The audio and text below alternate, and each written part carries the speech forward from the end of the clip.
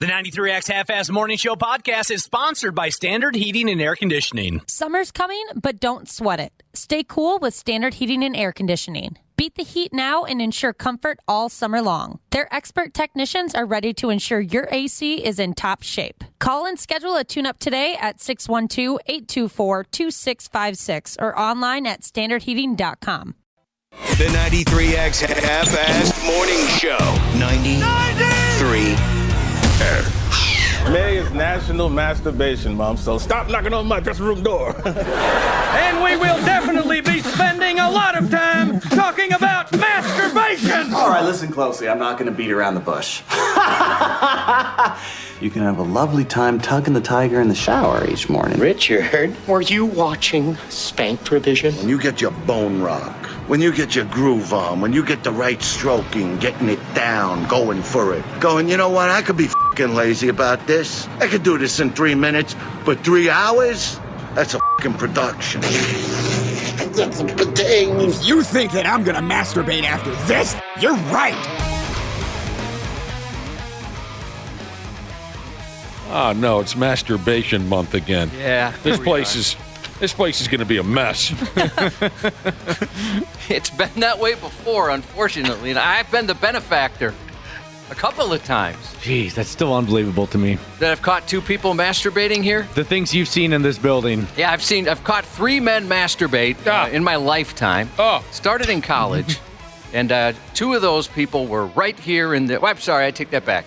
One in our old building and one in this building.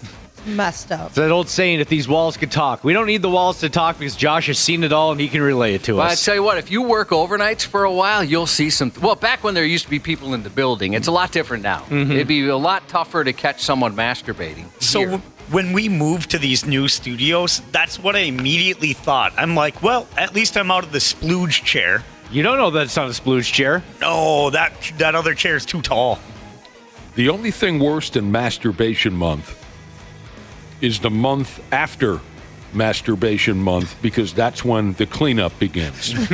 Oh, I think you gotta just go clean up as you go. That's the smart way to do it. Yeah, that's the best idea. Like the dad who has the garbage bag going for wrapping paper on Christmas Day, just kind of picking it up after each present. I was with a couple buddies the other day, and one of them mentioned that he had 2 sessions in one day. And the other guy's like, so did I. And then they fist bumped. I think they used their non-dominant hands on purpose, you know. But I thought you guys are too old for that. You're my age. What are these guys, 9th graders? 2 in one day. Welcome to the 93X Half-Ass Morning Show. We waited 8 days to go ahead and acknowledge Masturbation Month because we want our first one of the month to feel really good. Yeah, we were edging until now. You know what I'm saying?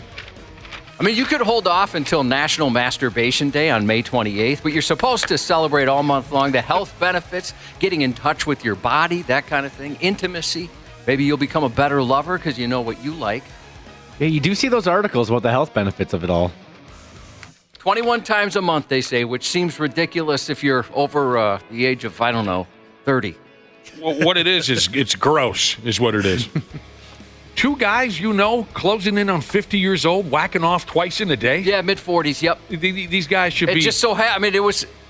The reason that they were so elated is because of how infrequent something like that is. Like, are you kidding me? We both had this momentous moment on the same day? Cops should keep an eye on these guys. Get them on the no-fly list. They should be handcuffed. Just leave themselves alone. Would sometimes be 3 times a day if they did get action then? I'm sorry, what was the question? Did they ever, get action after they did the 2 times a day? Well, so yeah, the order is important because if they got action, those 2 times wouldn't have happened. True, right? Yeah. Yep. True. So, yeah, if they'd already, took care of themselves twice, I'm sure if action was presented to themselves, they would have taken that up. Yeah, why turn that down?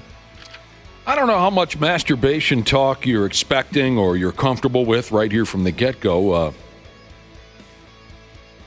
I have to admit that I was trying to think of, a different route to take on the topic when Josh brought it up off air, that it was Masturbation Month. I don't know, maybe this proves that I'm completely twisted, but this thought just came to mind. Again, I was trying to come up with a different kind of a conversation. Anytime a jack off or Jill off, I want to keep the ladies involved, of course. Anytime a jack off or Jill off conversation kicks in, someone, even sometimes a listener, tells a story, texts us and tells a story of when they got caught tugging as a teenage kid by a parent, right? Happens all the time. Those stories get shared almost instantly whenever masturbation conversations kick in. And what a terrible thing for both parties. Right. I wouldn't want to be on either end of that. See, that's where I'm going with this, Josh. Now, see if you can wrap your head around this. I'm sure you can. It's almost always a story of when someone gets caught touching themselves and as a teenage kid by a parent. What if you got caught tugging one loose as a parent by one of your teenage kids? Ooh, that'd be far worse. If you're a parent, Josh, and you are a parent, is there any way to ever be able to recover from that?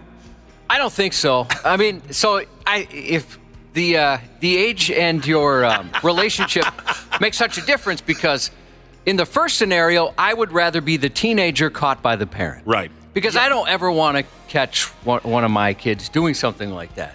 Now, when you get older and the roles reverse, I would much rather catch my kid oh God, I don't even like to think about it, versus being caught myself. Okay. Yeah. So you say the answer is you don't think there's ever any chance to recover from that as a parent? If no. You're as the teenage kid, also traumatizing, horrifying, I'm sure. But this is such a delicate topic, because now let's go back to me as a teenage kid. Okay. I wouldn't want to be caught by a friend. That would be mortifying, because you know what's going to happen to your reputation. I mean, Right. It's different now. Now it's different. But Right. Back then, it was very taboo. Now, today, I would much rather be caught by a friend. Like if one of my buddies, I don't think it'd be that big a deal. I think they'd probably say, "Oh, hey, I'll come back later. What do you need? Just a couple minutes? I'll just wait in here." Yeah, long can session? I grab a Fresco while you're doing? What do we do? If you were a teenage kid today, you wouldn't even really care. You wouldn't think twice about being caught by a friend, because it's just a wide open conversation nowadays. So if you are that parent of a teenage kid and your teenage kid catches you, total role reversal, right? Do you divorce your partner and just move out and begin a new life under a new identity? You have to. You have to. You'd consider something like that. Or just fake your own death. That's pretty dramatic. I was thinking of something a little less dramatic, okay? I would fake my own death. That's one option. I'm never coming back from that. Faking your death. Okay, come on. I don't.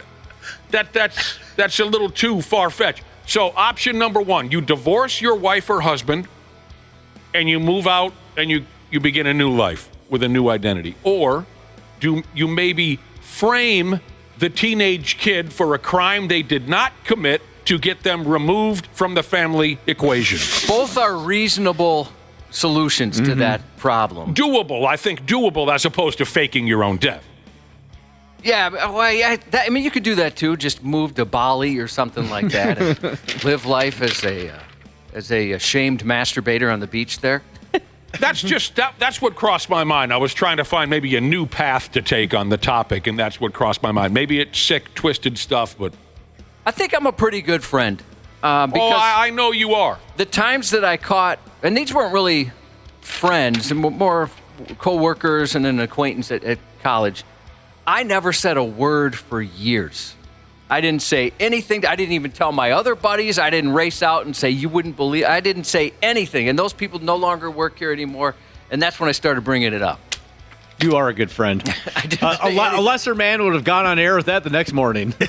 No, you're a nice person. You're respectful. You don't want to see anybody. You don't want to be the source of anyone's pain. No, or get somebody fired. I mean, you shouldn't be jerking off at work. Right. I mean, or chilling out, whatever. You shouldn't be doing it. And maybe if you're doing something like that, you might be a normal person who just had the urge and couldn't help it. You had to get the poison out. But you might be a psychopath, which is the case with one of the guys we were. Oh, okay. See, I lost myself for a minute there.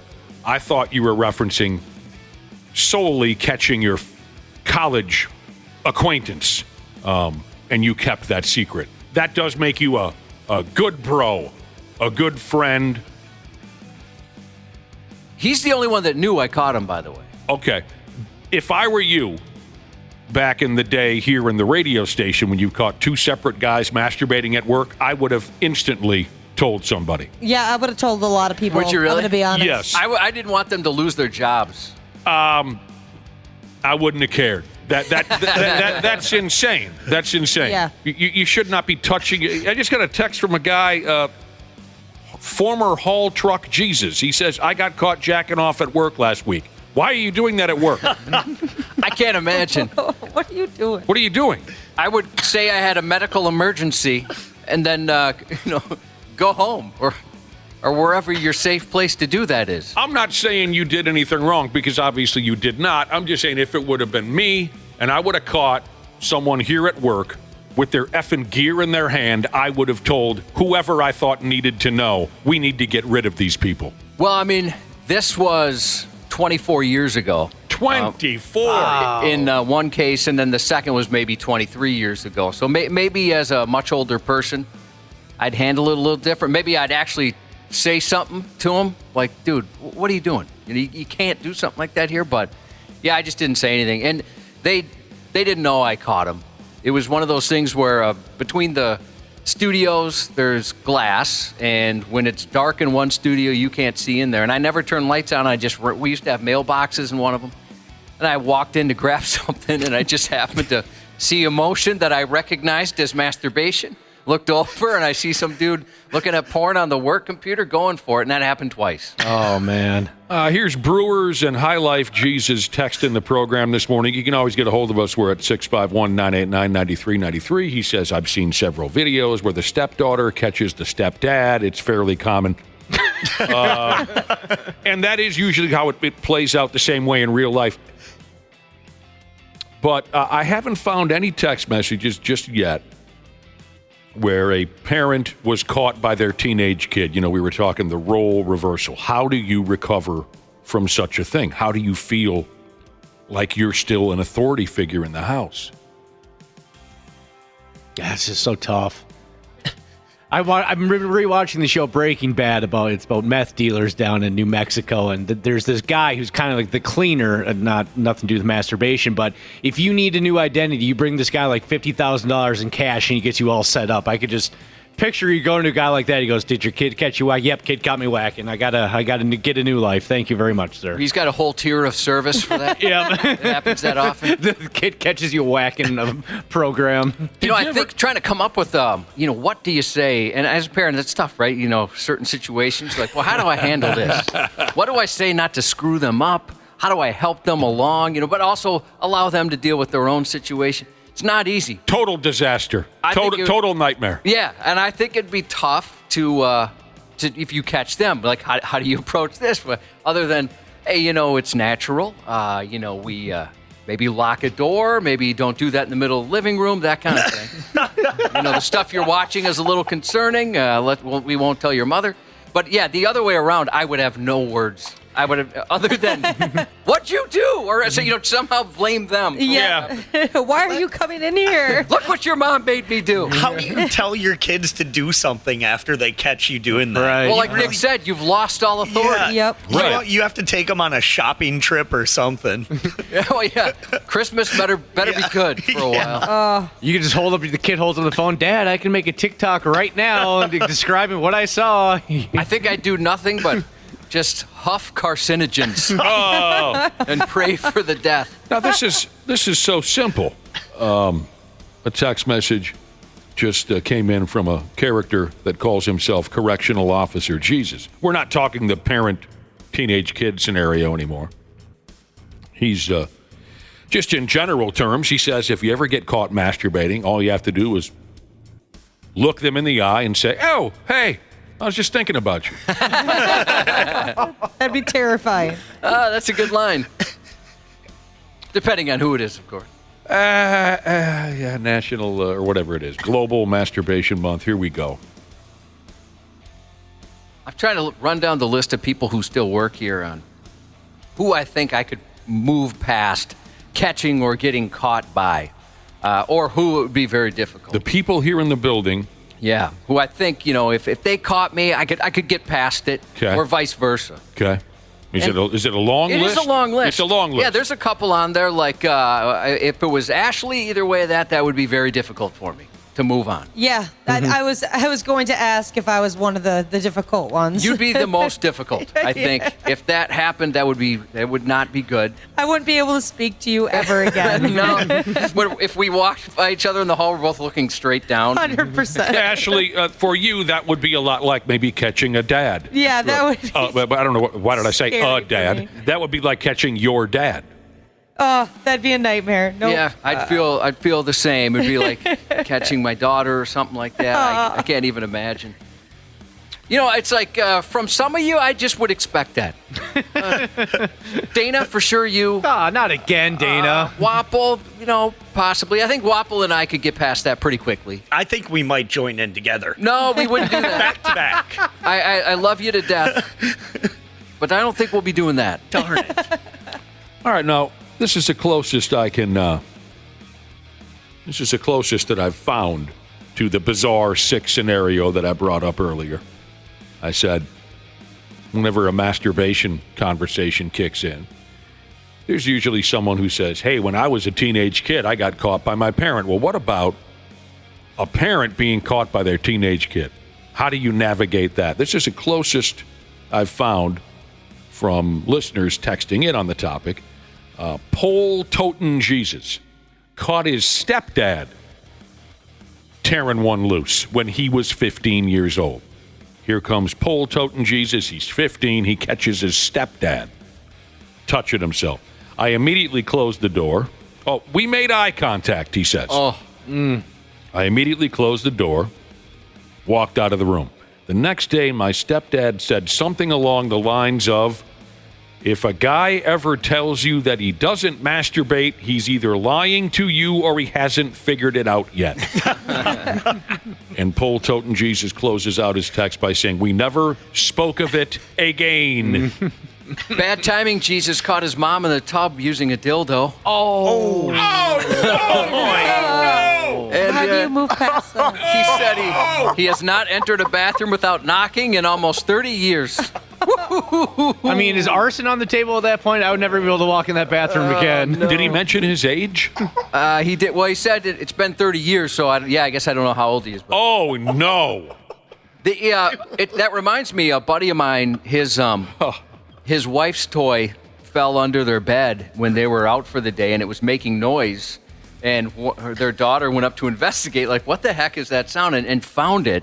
And luckily, she wasn't old enough to realize what it was yet. Okay. So, but I wonder if that's one of those things where later on it'll sink in and realize, I think I found my mom's vibrator when I was a kid. Definitely. Piece it together, walking through a sex shop. Wait a minute. Wapple, you haven't heard a word anyone said ever since Josh mentioned the dude who caught his mom in a bathtub with a... You are correct. And she was using a dildo. I wonder if from outside the door it sounded like she was teaching swimming lessons in there or something. Just splash, splash, splash, splash, I said. Mom, are you drowning? Yeah. Oh, Shower my rescue? This person says, you weren't masturbating, you were just cleaning it and it went off. That's what you're supposed to say. That's actually the first time for me. That's what happened. It was not intentional whatsoever. Like, how the hell did that work out? And did you say you felt really guilty about it too? Oh, dude, that has never changed. Yeah, okay. Never changed. I'm just reading the text again that you read a couple minutes ago, Josh. Not only did a listener catch his mother in the bathtub using a dildo upon herself, but he goes by Bad Timing Jesus. Yeah. That is bad timing, dude. Yeah, I think you earned that name. Well, what in the hell? There we go.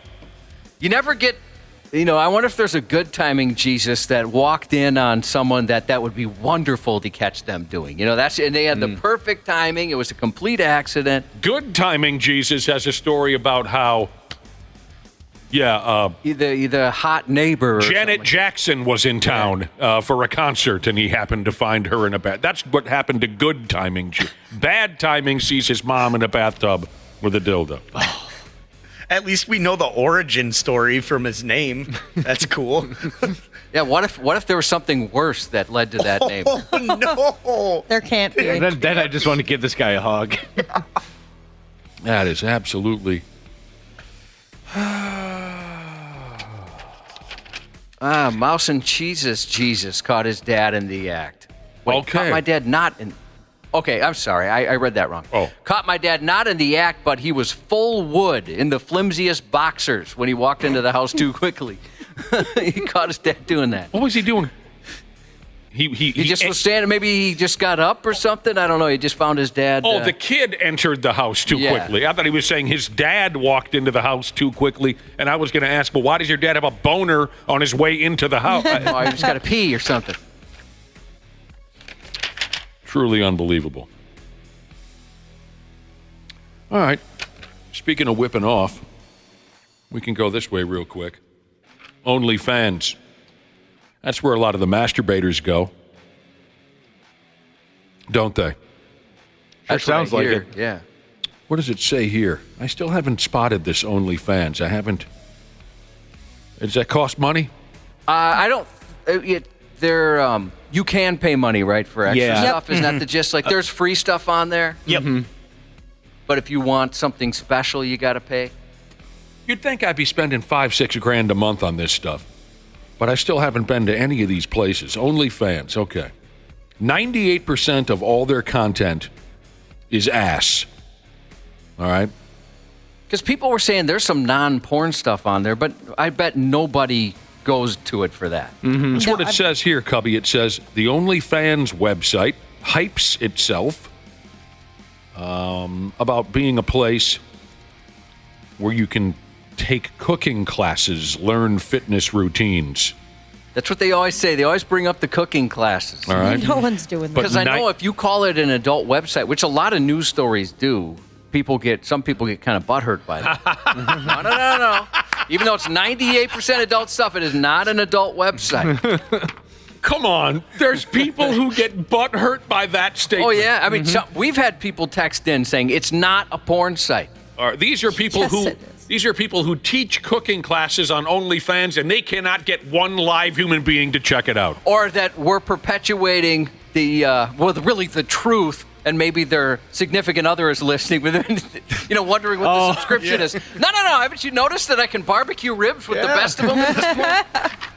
Jesus balls. Have you noticed the definition of my triceps ever since I got those exercise videos? My dominant arm? 98% of all their content is ass. There's nothing here that is going to hold us for too long. I just thought it was interesting. Somebody sat down and added things up, looked into the states in our proud union with the most OnlyFans creators. The gals and guys who sit down in front of a camera, play with themselves, expose themselves, bang each other's brains out. North Dakota has the 4th most OnlyFans creators. No DAC. Interesting. Yeah. I wouldn't have expected that. No, I wouldn't have expected that in a million years. Maybe there's nothing better to do. That's the thought I think most of us have right away is North Dakota. And then only 2 spots below them, the Iowegians are cranking out OnlyFans porno movies faster than they can say Jack Robinson. This is going to be really weird if Nebraska's number 3rd on the list or something. Number 3rd. Or number 3. No, Wapple, those are the only 2 of the Midwestern states. I was checking out the 5-state area, and 2 of them showed up. The North Dakotans and the Iowegians. Makes you kind of look at those folks a little differently. Yeah, I looked for Minnesota, and they didn't have Minnesota on there, unfortunately. Nah, we're too busy with our walking trails and our educating the young and all that boring stuff that we rule at. You know what I'm talking about, right? Some other stats on there were the most money made in 24 hours. I recognize the name, but I guess I don't know. I'm assuming she's a porn star, Bella Thorne. Yeah. Okay, she's a porn star. She makes the most money in an hour than anyone else on the whole spiel? Well, she broke a record for the most in 24 hours. So I don't know how she's doing since. But when she first joined, she got $1 million in just under 24 hours. $1 million. So did former Soprano star Drea De Matteo. She joined recently and was just raking in money overnight. Her name is Drea De Matteo? She met that record?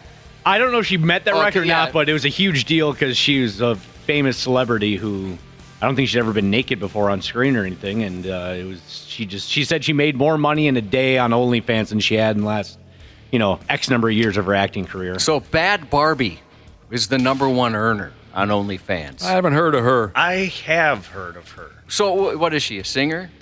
Or is she? It's BHADB. Oh, I'm sorry, Bad Baby. BHABIE. Yeah, she's a rapper. BHABIE is how she spells. BHADBHABIE. That's Why make it so difficult for us? That's the Cash Me Outside girl. It is? Are you serious? Yeah, you're right. Oh, my goodness. Okay, so she makes $3.5 million a month, and she's made $59 million so far. No, she hasn't. Well, this is according to the OnlyFans stats. I'm kidding. I wouldn't have any idea. Cardi B is the second. She's been on that list before, Cardi B, because this Bella Thorne back in 2021, she was supposedly earning $11 million a month. That's insane. Who is that? That Bella Thorne. Okay, let me get this straight. That's just insane. Cardib, isn't she a famous singer? Yeah, she's a rapper too. Okay, but yet she gets naked on OnlyFans? I don't know. So that's the thing. Do they get completely nude and like do stuff to themselves? Oh. Or what happens there? Like bad timing Jesus' mother in a bathtub? I guess it depends on what content they put on there. Well, yeah, that's what I'm asking. Like, I don't know what would be on Cardi B hers. get completely nude? Right.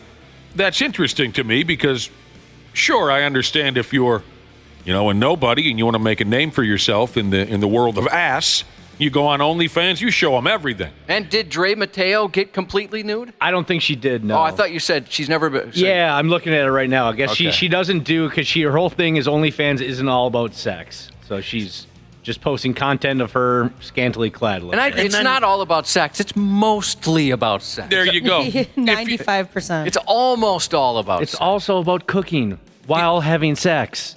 If you're Cardib or Dre De Matteo, why do you need to get the privates out? You're raking in a few bucks with your day job. Yeah. So people are saying that no, they women like Cardi B and Dre Matteo, they post tease videos. Oh.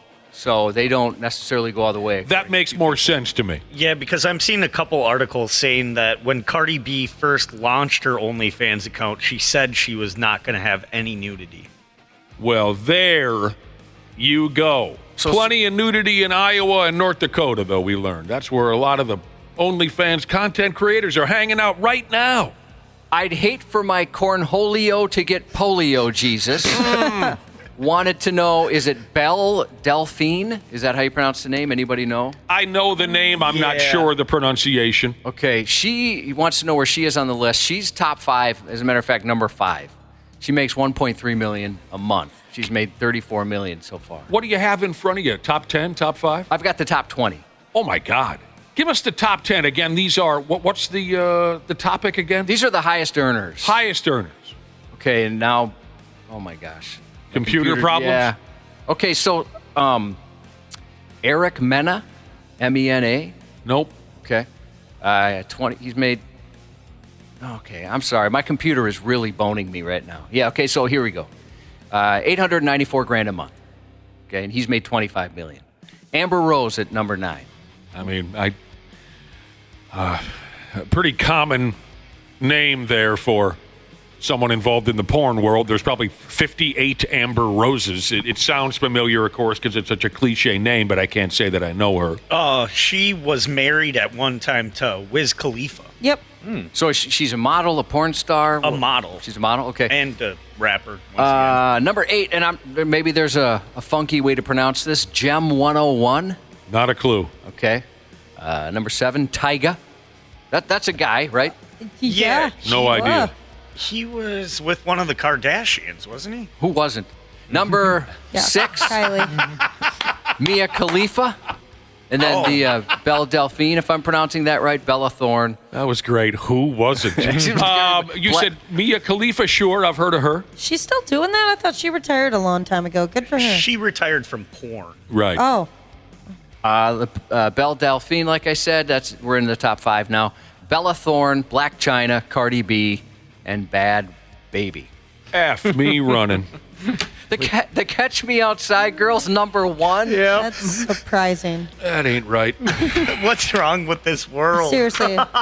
All she had to do to become famous was just be like the worst person possible. So we're talking astronomical numbers for those people, but the average creator who's been on the platform for 6 months gets about $220 per month. So your average person who has an account there, that's what you're getting. You're not getting the millions. Right.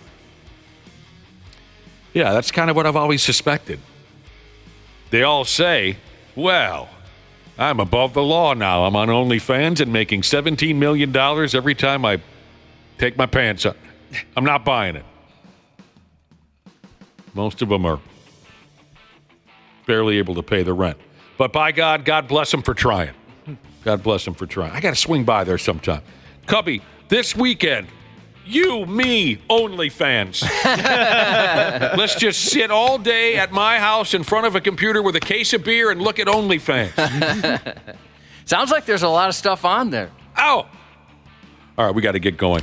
You're a great crowd. It is one of the weekdays, and we'll be back in a few minutes. Is it Wednesday? It is. We'll be back in a couple minutes on the Half-Assed Morning Show. Half-Assed Morning Show. They're loud, they lose control, they do their little circus act, they're a nuisance. 93X. Our technicians are geared up and ready to make sure your system is running reliably this summer. Regular maintenance from Standard Heating helps prevent costlier breakdowns in the future, and we know they always happen at the worst times. Summer's coming, but don't sweat it. Stay cool with Standard Heating and Air Conditioning. Beat the heat now and ensure comfort all summer long. Their expert technicians are ready to ensure your AC is in top shape. Call and schedule a tune-up today at 612-824-2656 or online at standardheating.com.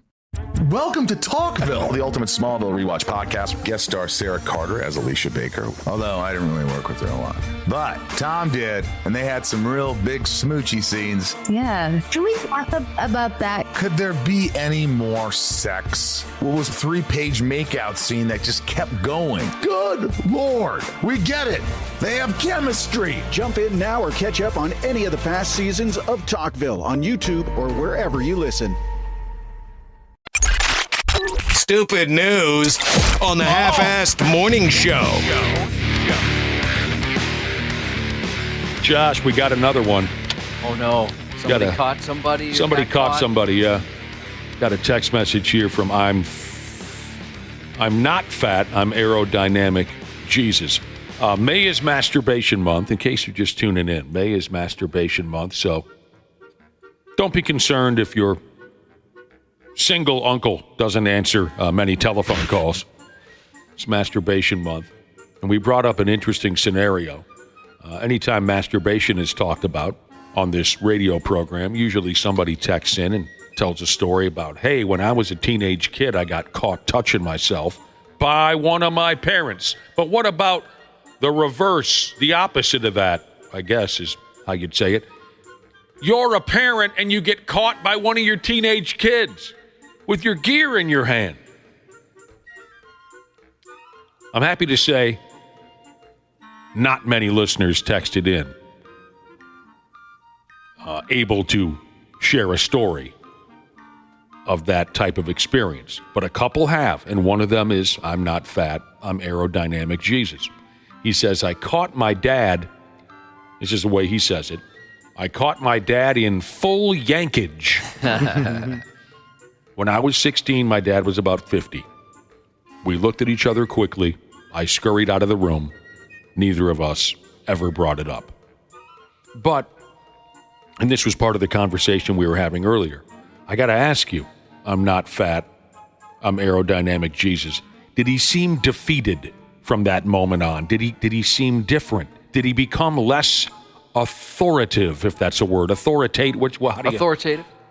Did he become less authoritative? Because we were thinking, how do you ever recover from that as a parent? How do you expect your teenage kid to take you seriously ever again? So if you can get back to us, let us know. Did you take him less seriously? Did he seem less scary to you after you saw his dork in his hand? Full yankage is such a great way to put it. I can't imagine, and I'm trying very hard not to. I understand. It's not something any of us want to imagine.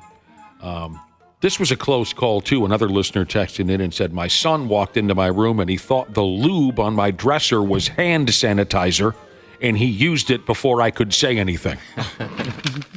I told you guys a buddy of mine used lube as hair gel for a couple of days. Had no idea. Yeah. But said it was beautiful. It worked well. I bet. He had no clue. Oh, it would make sense that would make your hairdo look beautiful. Add a little shine to it for sure. Now, here's a guy to start our stupid news report for today. Here's a guy who's been ordered to attend anger management classes. Do you folks know anybody who had to check into anger management? And if so, was it for something hilarious or something awful? I don't, but I've known people who could benefit from something like that. Yep. Okay. Actually, all of us could benefit from something like that. All that know him. This guy, he has to go sit in on anger management meetings because he threw a salami at a lady. Old pissy pants, 57-year-old by the name of Patrick Helig. And this is all part of a court case, don't you know? I believe if he goes to the anger classes, he could maybe have his charges dummied down a little bit. It says here that he must complete 12 hours of anger management, and he must have only, quote, peaceful contact with the woman that he attacked with the salami. So this past New Year's Eve. Oh, it was only a piece of salami. This past New Year's Eve, Helig threw a piece of salami at a lady, and it hit her square, and it stuck to her face. That is kind of funny. Yeah, the sticking to the face is just the chef's kiss, as they say. Thwack. I bet everybody, including her, had a laugh at that. We used to do that. Is it stuck to my face? Right. We used to do that on the line at Red Robin. We would take cheese and you would take that foaming soap, and something about it would make it like tape. So then we would put it on people's backs, or we'd put it on their face when they weren't looking.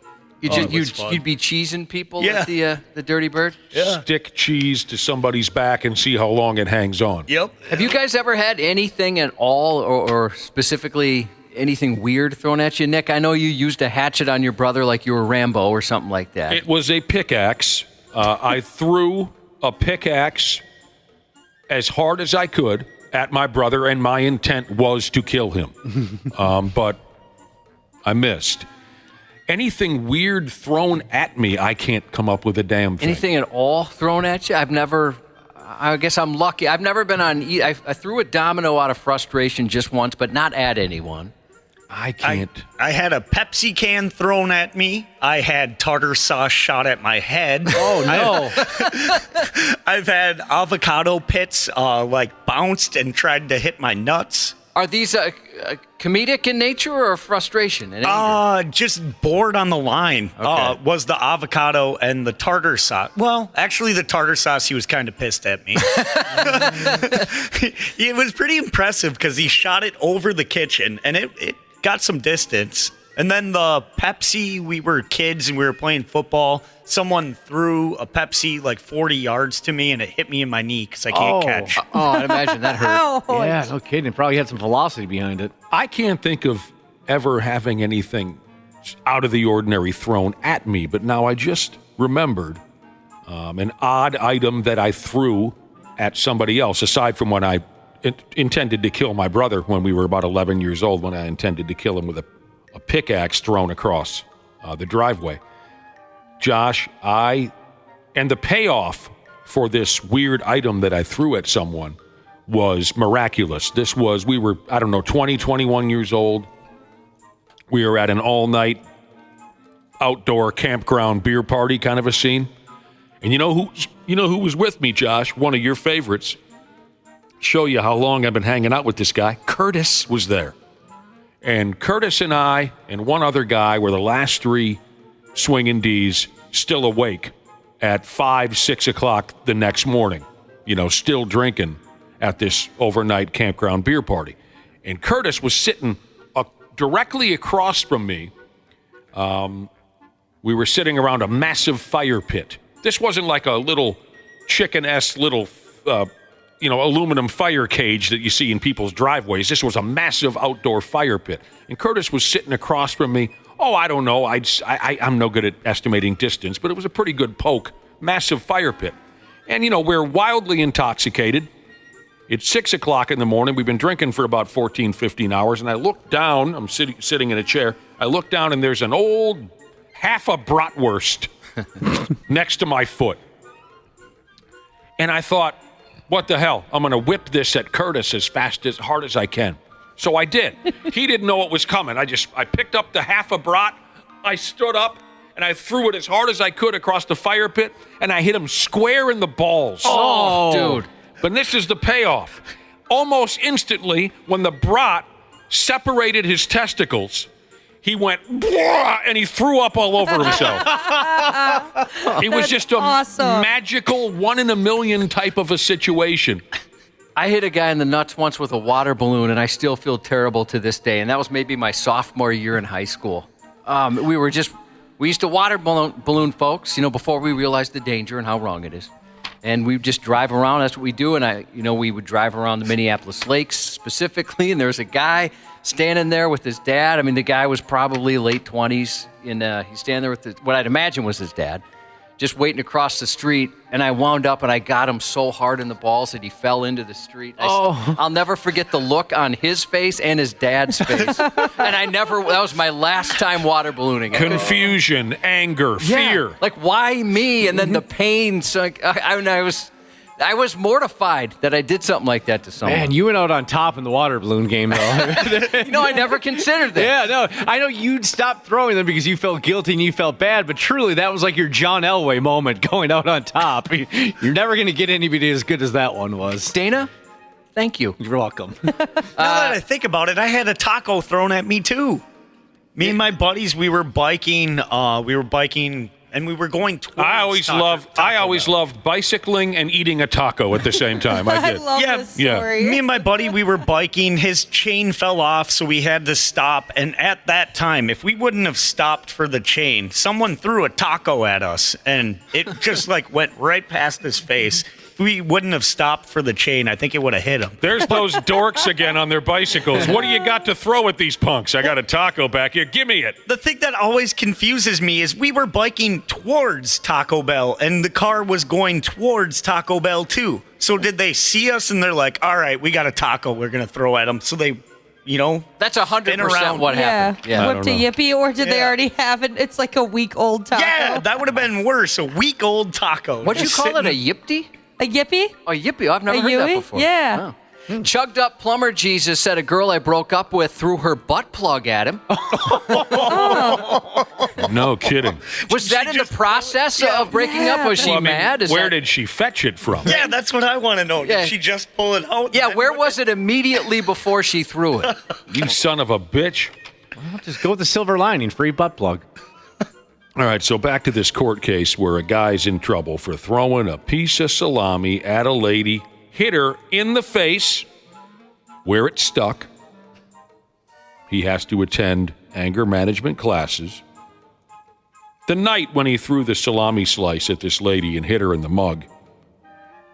It says here when the cops showed up, this guy was completely belligerent. And I dig that word, belligerent. Cracks me up every time because, as you know, I get a huge kick out of childlike rage coming from adults. You see too much of it nowadays, unfortunately. Of course, I enjoy it most when it's non-violent, just a straight-up tantrum.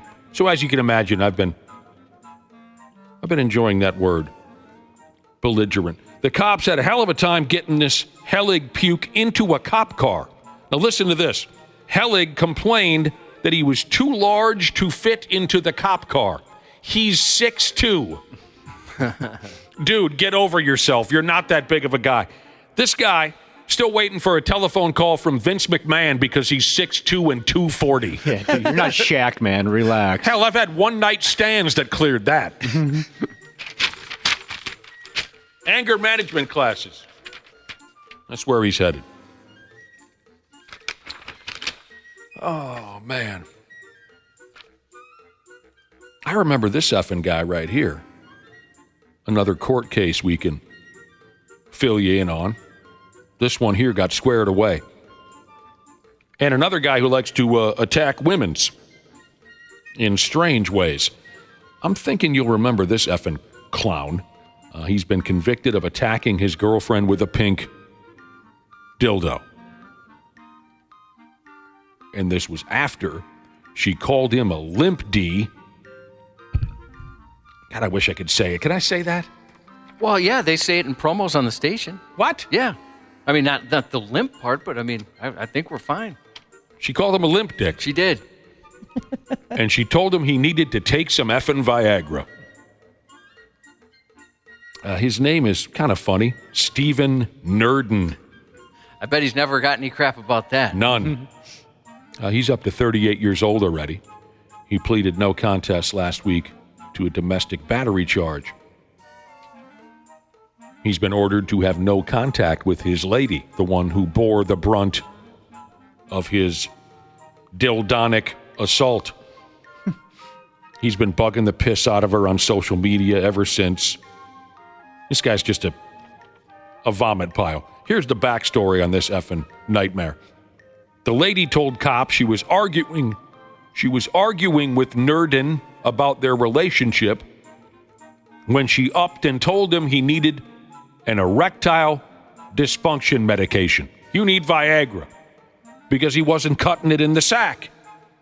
Has anyone here been on the receiving end of that type of insult where somebody out of anger, they challenge the effectiveness of your private parts or for men, the size and disappointment in the size? No, thankfully. No, I haven't either. And it's not because maybe they weren't thinking that, but I've just been lucky that that's never. I've certainly hauled a case of Whiskey D home a few times. Oh, sure. But I don't remember ever having the lady say like, anything. Less of anything. Yeah, no, I don't remember them ever saying anything. They knew what the hell. They knew that it was, as soon as I walk in their door, they knew it was going to be assault with a dead weapon. Yeah, I'll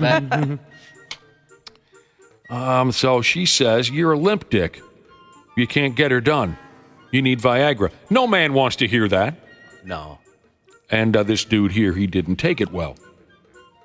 He became irate, and he went and fetched the pink dildo off the shelf. There was a pink dildo on the shelf. He went and he grabbed it. And then he shoved the rubber pee-pee into her mouth. Kind of a thing. Bro. And then he punched her in the eyes. Garbage. When the cop showed up and asked Dinkus what happened, he said, quote, I do not recall. That's what you gotta say. Anyone who's guilty says that. This guy's got a sad-ass record, and this just adds to it. So long, sucker. You know how it is. If you cram a dildo down someone's mouth, you might forget. Yeah. I don't remember. Oh, God dang. What else is going on? I don't think I'd want this to hit the television news if this was me. I'd come off like the loneliest peckerhead in town. A 25-year-old kid in Boston named Chris. He called 911 just after midnight last Thursday. He was wondering if someone over there could wish him a happy birthday.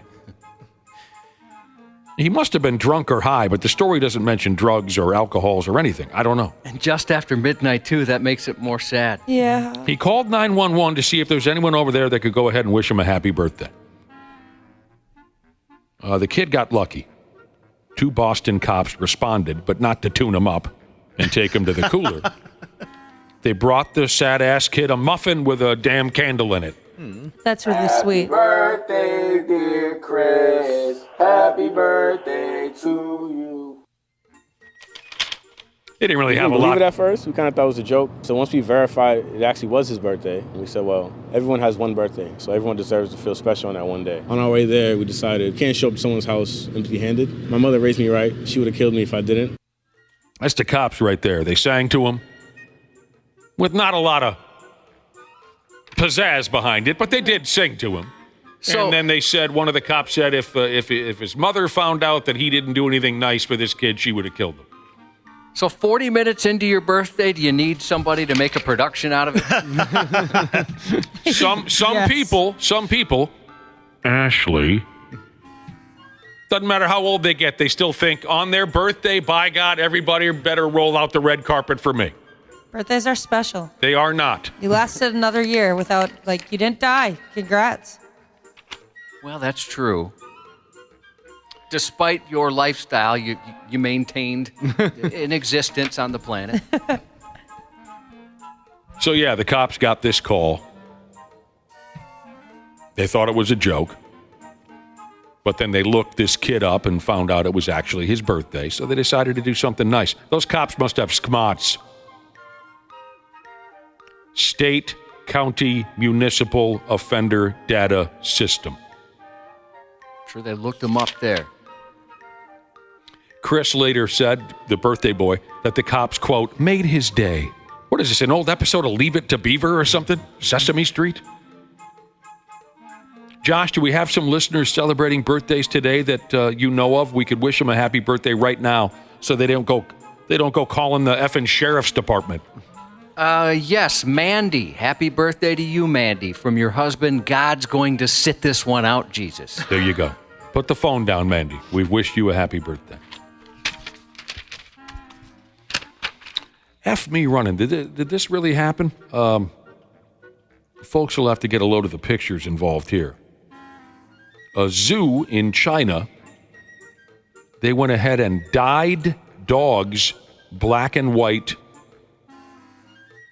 to look like panda bears because they didn't have any real panda bears on hand. That's awesome. I got to say, they are So pretty cute. So was this a joke? Or they really thought this was their best option? You know, I don't know, because I thought there's been stories about zoos in China who have tried to pass off animals as other animals. I mean, professional people at a real zoo did this. Apparently. I mean, you know, I'm naive enough to know, God, that looks like a dyed dog, but it says panda right there. I'm not an expert. That's just a different kind of panda. I mean, say I was a parent and there was a zoo that I knew had real pandas that cost $50 to get in, or a zoo that had dogs painted for $10 that kind of looked like pandas, and I had kids. I'd tell the kid, yeah, look, they're the pandas. They're right there. You see them? Little kid's not going to know any better. Just like that buddy of mine who took his kid to the children's ice capades or whatever. I love this story. Buddy of mine, he's got a little kid. They're going to see, every time I tell this story, I struggle, because give me a kids act. Frozen? No, like a live show. You know what I mean? Like Disney on Ice? Hey, I was thinking the Disney on Ice type thing. Oh, okay. They went to see the Frozen Disney on Ice program, okay? You following this? Mm-hmm. And this pal of mine has a brutal overhang. He feels awful. He drank himself into oblivion, but he's got to take his little ungrateful 4-year-old kid or whatever to see the Frozen Ice Capade show at the XL Energy. He's miserable. It's like an 11 a.m. show. He doesn't want to be there. He's got the kid. The kid is pumped. They show up, and there's an opening act. Whoever the opening act is, nobody knows. But the opening act is on for about 30 minutes doing little kid stuff, and then the lights go up. And the little boy says, "Is it over?" And his dad said, "You know what? Yes, it is." The kid didn't know any friggin' better. I thought it was pretty genius when Netflix had a fake New Year's Eve countdown that you could play at any time with, for your kids. And then they think, wow, we made it to midnight, and you put them to bed at 7:30 or whatever. Yeah. So smart. That is good. The sun's still up. Not your mama's Jesus. Jesus said of the zoo in China. I was wondering, I swore that we've told stories about this before. They made zebras out of donkeys. That was the story. All right, well, this time they made dogs into pandas. The fake pandas were just chow chow dogs, which are a big-haired breed of dog from that general area. Now, this did piss some people off, apparently, that they were pulling this. I don't even want to call it a scam, because I don't think that, in my opinion, I don't think the zoo thought they were fooling anybody. I think they were just being cute, being funny. But there are some, I don't know what's wrong with people. They are adorable. Why this would make you so angry, I don't know. But they trimmed the dogs' hairs, dyed their faces black and white to look like damn pandas, and they put them on display. Visitors accused the joint of animal cruelty for painting up the dogs. The zoo says, "We used hair dye that doesn't harm the dogs." Social media dorks thought that the panda dogs were, as Ashley just said, cute. I want a panda dog. They are cute, that's for sure. Says here a decade ago, a pet shop over there dressed dogs up as panda bears, and everybody loved it. Man, they come off like an easy audience to please over there in China, don't they, Josh? Yeah, well, it's dog and cat videos made the internet pretty much. People, you're universally beloved. Oh, look, a dog. Going back to the topic of having odd things thrown at you, ER nurse has checked in and said a fellow nurse was working in triage, a gentleman, several years ago, and a patient walked through the front door, dropped her pants, pulled out an in-use tampon, and threw it right at him. That'll ruin a day. Got a tampon thrown at him? Yep. Right from the source? Yep. Just, and then you throw it. This is yours now. And then you're able to throw it once you... That's the sound it makes, When it comes out? Yeah. It's like a foghorn type Yeah. thing? I pictured it differently. No, it goes... That's news to me. You're not listening. All right, I think I have time. And Ashley, that's kind of frustrating that you'd comment on the topic. I'm sorry. I know it's not my place. There's 4 guys here telling you what it sounds like. A feminine product being removed from a woman's body, and all of a sudden you've got something to say about it. I'm sorry. What was I thinking? What did they say? Stay in your lane. I love this. Josh tells a story about a lady walking into a hospital. She out a tampon and then throws it at someone. One listener texted in and says, "Well, was she hot?" Earlier, Bad Timing Jesus was telling a story about catching poor Bad Timing Jesus catching his mom masturbating with a dildo, in the tub. Oh. And I would say the number one question we received, well, okay, was she hot? Why would you leave something like that out? Get back to us, Bad Timing Jesus, and be honest. How hot was your mother on that particular... You could take yourself out and just say, what have your friends told you? Right. Be honest with us. How hot was your mother on that particular night? Hot Cocoa Jesus says of the ER nurse who got the tampon thrown at him, he didn't deserve that ballistic tampon. No. Oh. That was a ballistic tampon. And she also imagines the shrapnel. Oh, boy. You want to know what the shrapnel sounds like? Yeah. Well, I bet Ashley has an idea. All right, let's close out with this one. The most boring video of all time. That's where we're going next. A YouTube video called The Most Boring Video of All Time has racked up piles and piles of views, 3 million views. People are calling it the ultimate sleep aid. but that wasn't the video's original purpose. It's kind of a cute story. An old-timer by the name of Randy Smith, back in 1989, was working for a marketing company back then, and he recorded a 2-hour tutorial about an early version of Microsoft Word. Hello, and welcome to Mac Academy. My name is Randy Smith, and over the next couple of hours, we'll be discussing Microsoft Word. We'll be going over the basics of that program. I'd like to welcome each of you to this tape and also to the Mac Academy organization. All right, there he is. It's a late 80s computer tutorial is what this guy put together. And obviously, Randy Smith had no idea when he first put the video together that nowadays folks are flipping the video on to put themselves out cold. Oh, it's an hour, 47 minutes he goes on and on in this video. I watched a lot of it yesterday, and he's actually very good. Yeah, he's a good. I mean, it's a dry topic to say the least, but he does his best to jazz it up. A lot of folks gave him credit for he went about this unscripted. Yeah, it looked like it was just one take. You know, and one take. Yeah, and he knew his material, and he's a good-looking guy. I don't know. I thought it was. But, I mean, it's hilarious that people are using it to fall asleep because I know, like my son, my youngest, he falls asleep to some calming YouTube videos that are supposed to help. And I know sometimes people put on really boring topics. I do that sometimes if I can't sleep. I'll watch a show I know is very boring, so I don't feel like I have to really pay attention. I got a friend like that who, when we crash out of town, like say this trip I made this past weekend to Hayward, Wisconsin with my buddies. Now, this particular guy didn't come with, but he's one of these guys where in order to fall asleep, again, I hate this. I just mentioned it last week. He's got to have a fan roaring on him, and he also has to put on effing sound effects.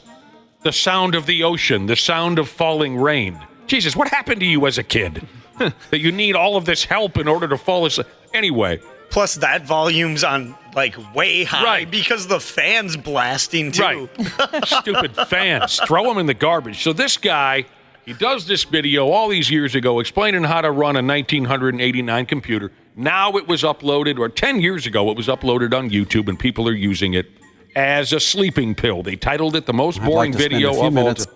There he is again. Yeah. I'd like to spend a few minutes and talk about some of the differences between word processing on the Macintosh computer, word processing perhaps that you're used to on IBMs and IBM compatibles, or some of the earlier programs for the Macintosh. Today a lot of people talk about word processing, and they also talk a lot about desktop publishing. One of the first things that you need to realize is that there is a major difference between word processing and desktop publishing. Go down to your Anybody nodding off? What was that? That does come off, just what you played right there, that comes off like something, Josh, I'm not surprised that you enjoyed it, because that comes off like something that you would watch in its entirety. Oh, yeah, I watch videos like that all the time. If you look at the stuff I subscribe to on YouTube, it's all instructional videos, usually on audio editing and stuff like that. You have the attention span, and the, I guess the only word I can come up with is the desire to learn about things like that. Me personally, I couldn't take much more of that. That's right up your alley. Some folks here in the story say that they watch old videos of that Bob Ross dude when they want to fall asleep. Can I tell you something about Bob Ross? Never saw it! Dude, you got to get into it. Very Not relaxing. once. It's very so relaxing. good. Never saw it. I love it. It's more entertaining than I thought it was going to be. Yep. I think it's I think it's called How It's Made, if that's the one. Yes, I do love that show too, Josh. So it's fascinating, but I bet that'd be a good one to fall asleep to as well. I've tried falling asleep to that show actually, and it's really hard because you want to know how it's made every time. That is true. I mean, but the guy, maybe you watch one you've already seen. The guy's so calming, and then you just see baseball bats getting made, or crayons, or something like that. You just watch the whole process. You're watching a factory make something. It's an entertaining show. I hear you. I can't sleep with a television or a computer screen pointed at me, number one, so. Oh, really? You don't fall asleep watching TV, or sometimes just put something on to fall asleep? Never, ever. I only do when I'm, desperate. Usually the sobbing puts me to sleep. Sure. That is exhausting. Oh, God. Yeah. Yeah, and I'm so dehydrated. We got to get going again. We'll be back with some jock sniffing.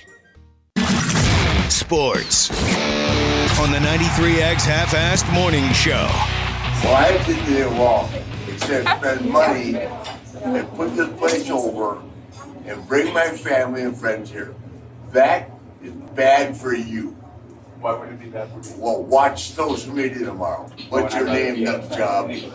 Nicholas what? Nicholas Dickhead. You don't have to call me like that, sir. I didn't do one thing wrong. I walked into a bathroom. And you cussed at my kitchen manager. Oh, you're a kid I accosted. Really? What world do you live in? How did I accost him? Did I touch him? I never say a cuss word. You know, is that his word against yours? I didn't say one cuss word. No, ma'am, I'm going to give you $1,000 tip just to say to him, kiss my ass. I'll say it again. You're a dip. Come outside here and talk to me like a man. I'm not going to do that because I'm on the clock. Hey, you want to go out and talk with me in the parking lot? I don't work here. I don't give a shit. Yeah, what we got there is some audio of apparently Ric Flair getting into a heated altercation at a bar. And it was all caught on video. I didn't enjoy watching it at all. He comes off drunk. He's acting like a prick. He challenges one or two guys to go out in the parking lot with him. That was not enjoyable. No. And he posted it. You know, it wasn't like somebody else posted that. Yeah, he's trying to, you know. He's convinced he got wronged at a restaurant or something. I mean, come on, I love Ric Flair, but this one, tough to watch. Yeah. I always thought, when celebrities do that kind of thing, meaning post something like, oh, so-and-so lost my bags, or this restaurant sucks, or something like that. I thought that was pretty tacky when people do something like that. They use that platform. Like, that's the person you want to be, going after a business in some way. Right. Because, a lot of people have stuff happen to them, right? But a lot of people don't just go on and try and get other people to attack them on their behalf. Exactly. Because that's what they're trying to do. Right. At one point in the audio, I got to give this one guy, Rick's a 74-year-old man now or something like that, but still, I got to give one guy credit at the bar. He gets tired of the way Flair is berating the bartender, and the guy at the bar says, you want to come outside with me? I don't work here. I don't work here. I don't think the guy could have took him, even though Flair's 75. I mean, that guy, and he kind of looked, after he said it, like, no, what have I done? No. Please don't take me up on this. I had a moment of courage. Yeah, it's just... I forget, did you post that, Ashley? I wasn't sure if I should have or not, but yes, I will post it. Well, it's a pretty big story. Okay. He's too friggin' old to be acting like that. Okay, we got to get going. Real quick. So Bad Timing Jesus texted us earlier, told us a story about how when he was a young guy, he caught his mother and she was masturbating in a bathtub with a dildo. Our listeners couldn't stand it. They got to know, is she hot? Bad Timing Jesus got back to us, and he said, I can't really put a number on it, but not nearly hot enough to hide the crazy, he said. All right, there we go. We got an answer to that. A lot of runs scored in last night's Twins game. They ended up losing to the Mariners. Rudy Gobert, the Defensive Player of the Year. Our local professional women's hockey club opens the playoffs tonight. We got plenty to cover when Randy Shaver and Brad Ryder show up in about a half hour. Stick around for Josh's news report. Half-assed morning show. They're loud, they lose control, they do their little circus act. They're a nuisance. 93X. Our technicians are geared up and ready to make sure your system is running reliably this summer. Regular maintenance from Standard Heating helps prevent costlier breakdowns in the future, and we know they always happen at the worst times. Summer's coming, but don't sweat it. Stay cool with Standard Heating and Air Conditioning. Beat the heat now and ensure comfort all summer long. Their expert technicians are ready to ensure your AC is in top shape. Call and schedule a tune-up today at 612-824-2656 or online at standardheating.com. How wrestling really works and how you get the ratings. Eric Bischoff and Conrad Thompson explain on 83 Weeks. This is indeed the first WrestleMania without Vince McMahon. I mean, it's about as horrible as it can get, but does erasing that history make it any better? Everybody's being careful not to celebrate Vince McMahon. I think you can acknowledge him without celebrating him. I think that's the double-edged sword that everybody's sort of carrying for now. 83 Weeks on YouTube or wherever you listen. By the time I check out, I notice sometimes I'm paying an extra $75. Yeah. Sorry, my computer is telling me I could suck it this morning. A new bill, that was the wrong clip. A new bill was signed into law yesterday, which adds more protections and transparency for people buying tickets to concerts, ball games, and cultural events. The new law, which goes into effect January 1st next year, forces online ticket sellers to provide the full price of a ticket, including all fees, surcharges, and service charges up front, instead of doing that late in the process. Whether Minnesotans are selling out Target Center to cheer the Timberwolves in the playoffs or catching a concert or a play downtown, they're paying too many hidden fees while competing against exploitive third parties, the governor's office said. This law will change that. We are protecting consumers and ensuring that Minnesotans can purchase tickets for their favorite events without having to empty their pockets. Some other protections include clear disclosures related to ticket price markups, concert changes or cancellations, a refund policy, and requiring proof of purchase within 24 hours. Also prohibiting resellers from hiring people to stand in line to purchase tickets for resale. The new law targets resellers who sell tickets at much higher prices than their original value and those who sell fraudulent tickets. Well, that could be some good news. Yeah, I'd be very happy about that. As you heard the wrong clip there was a particular guy saying, hey, I paid $75 on top of my ticket. And I know, Dana, you told a similar story about buying concert tickets recently. It's tough. And then they get you because you get all the way through and you're like, well, all right, I guess, I'm here now. So you end up buying it. And then, if you try to price shop, sometimes you lose that opportunity to get the ticket there. Yeah, they give you like 5 minutes. Uh-huh. And you already have to put in your credit card information before they show you how much the final price is going to be. It's also rigged. I remember when I was a mere mortal that had to pay for concert tickets. A youth basketball coach is in legal trouble after allegations surfaced he misappropriated funds from his players for personal use, including purchasing subscriptions to OnlyFans, a topic of a conversation earlier this morning. Additionally, Roderick Wilmot, who runs Mont Sports Academy, a prominent basketball program in Orlando, reportedly diverted money intended for his players' expenses toward vacations and gambling for himself, rather than fulfilling his obligations as coach. An investigation revealed Wilmot rented vacation homes for his basketball program without paying for the players' accommodations, accumulating debts, you don't pronounce the B, exceeding $19,000. Oh. Similar incidents occurred at Westgate Resorts, where he allegedly failed to settle a balance of over $7,000.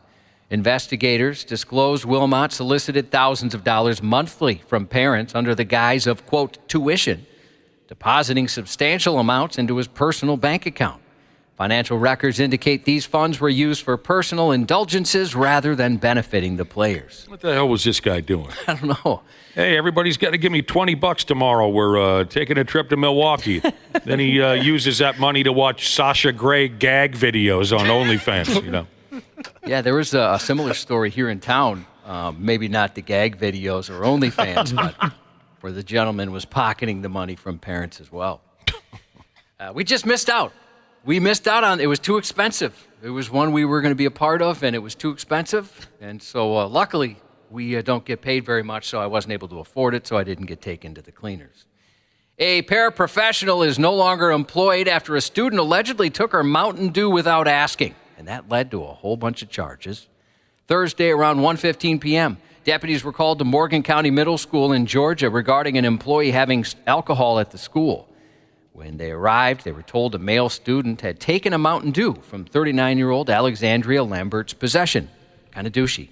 Yeah. Officials said after the student drank it, he realized the liquid inside the bottle was something other than Mountain Dew, and reportedly told a teacher who asked the paraprofessional about the liquid. Lambert was then brought to the principal's office, where she admitted to bringing a water bottle full of vodka to school, stating that it was an accident. However, deputies conducted a breathalyzer, and the test results returned positive for alcohol, registering a .259. Ooh. For a teacher to be drunk? That's not a good thing. I think it's very disappointing, and our kids deserve better.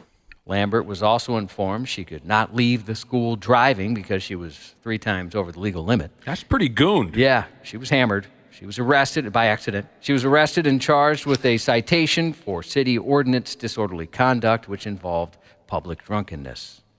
I'm sorry, you referred to this person as a paraprofessional? Paraprofessional, yeah. I'm not sure if I've ever heard that before. So they didn't go into specifics, but sometimes I think they might work with special needs students. Precisely. Like, being a teacher's assistant in that regard. Okay. Basically, an extra set of hands for the teacher in the classroom when there's some kids that maybe need a little extra attention. Mm-hmm. I got a copy on that. Like influencers and stuff that want all the attention they can get. Exactly. Today is National School Nurse Day, and we all appreciate our school nurses. And National Third Shift Workers Day. Thanks for your services as well. Me and the school nurse in elementary school were like best friends because I had this problem with like running into poles at recess. It happened often. Like to the point where like people invited me to play tag just because they knew at some point I'd run into a pole. Like I was always in her office getting an ice pack for my head. Do you think you're running into these poles because you took some Mountain Dew off your teacher's desks and had a sip? Yes. Were you a little... Ashley. She's dangerous. She can't control her temper when she's drinking. Ashley on 93X. See, now, where's ours? We haven't got any good ones yet. Were you a little clumsy as a child, Ashley? Yeah, just no depth perception whatsoever. You're still kind of like that. Exactly, right? I've seen you run into walls. Remember you fell off your chair, like slid forward not too long ago? Just casually fell. I saw Dana walk into a door today. I think the door must have got stuck on you, Dana. Is that what happened? Yeah, a little bit there. Now, are there any of you that can get around safely in the building? I haven't had any problems yet. You guys are too young for that. Yeah, Dana walked right into that thing. It looked painful. Yeah, not too bad. You did all right? Yeah, I did all right. Good. I was concerned. Not concerned enough to ask about your well-being. No. Until now on the radio. I'm bringing it. I kind of forgot until right now. Passengers suffered puking hell at 38,000 feet Thursday when 70 people barfed midway through their flight. 70 people. 70 people. Condor Airline Flight DE-2315 traveling to Frankfurt when it became clear many passengers on board were suffering from a tummy bug. The aircraft landed in the German city about 5:33 p.m., where it was greeted with a large contingent of emergency services. Crews had been called ahead to alert officials on the ground of the unfolding emergency. 70 of the 290 passengers had suddenly ralphed. While individuals falling ill while flying is not uncommon, it's a lot less common for several passengers, not to mention 70 to fall ill at once. The most extreme case happened in 1975 when a mass outbreak of food poisoning wreaked havoc on a Japan Airlines flight flying from Anchorage to Paris, forcing the plane to land in Copenhagen. Of the 344 people on board, 197 people fell sick with nausea, vomiting, diarrhea, and cramps after consuming an in-flight meal. That was the largest food poisoning incident aboard a commercial airliner.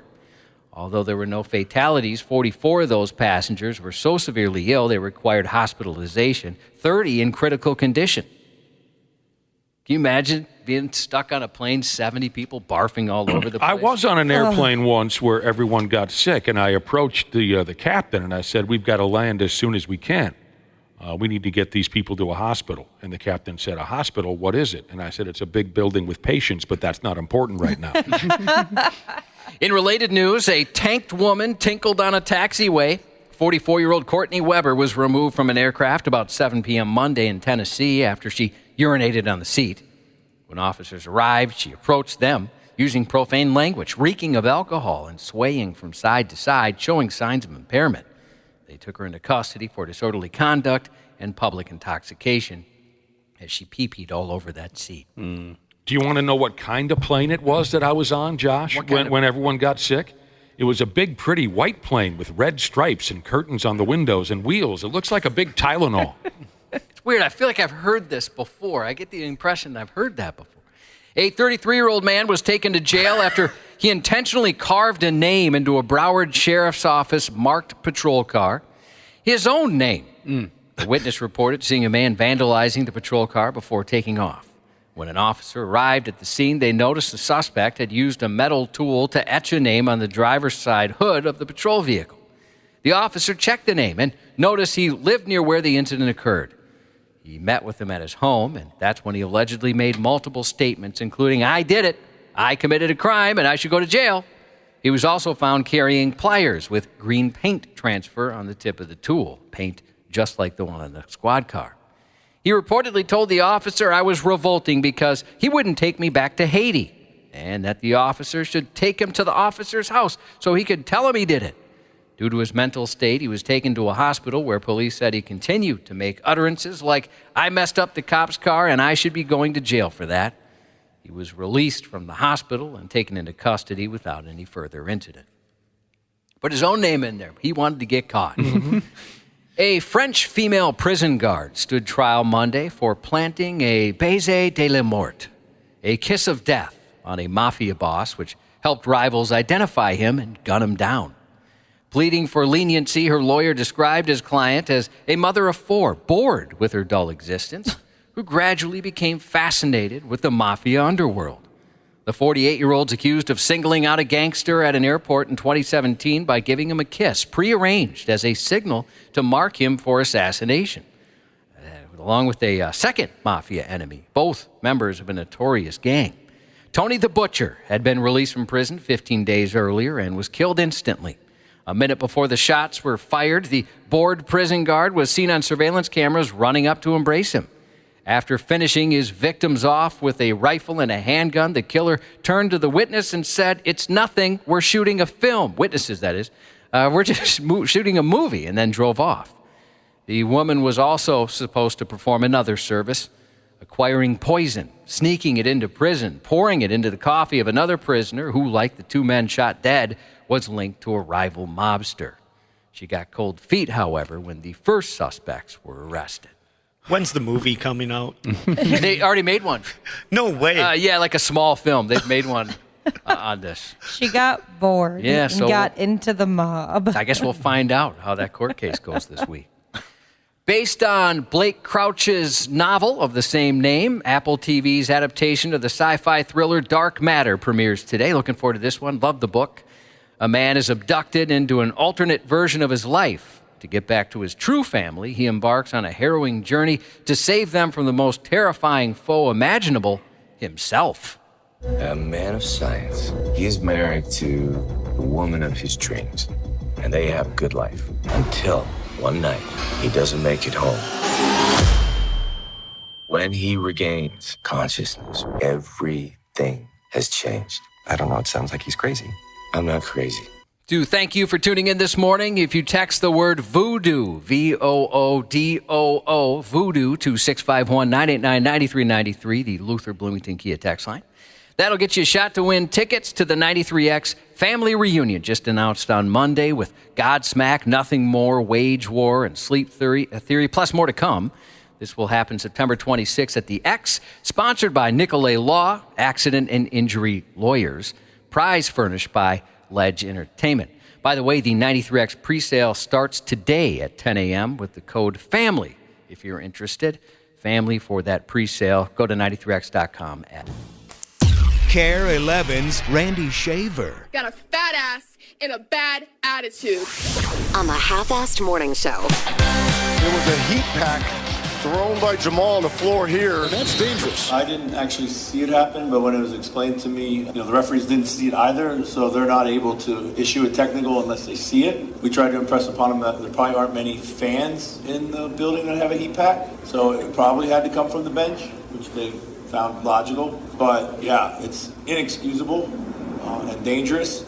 Certainly can't allow that to happen. Tell them what's up there, Finchy. All right, we got Randy Shaver, Brad Ryder, and Janel Klein. Hello and welcome to the show, everyone and all of y'all. Good morning. Good morning. Good morning. Randy Shaver, Brad Ryder, and Jungle Jane. All of them. Every damn last one of them. Welcome to the show. We got plenty to cover. Yeah.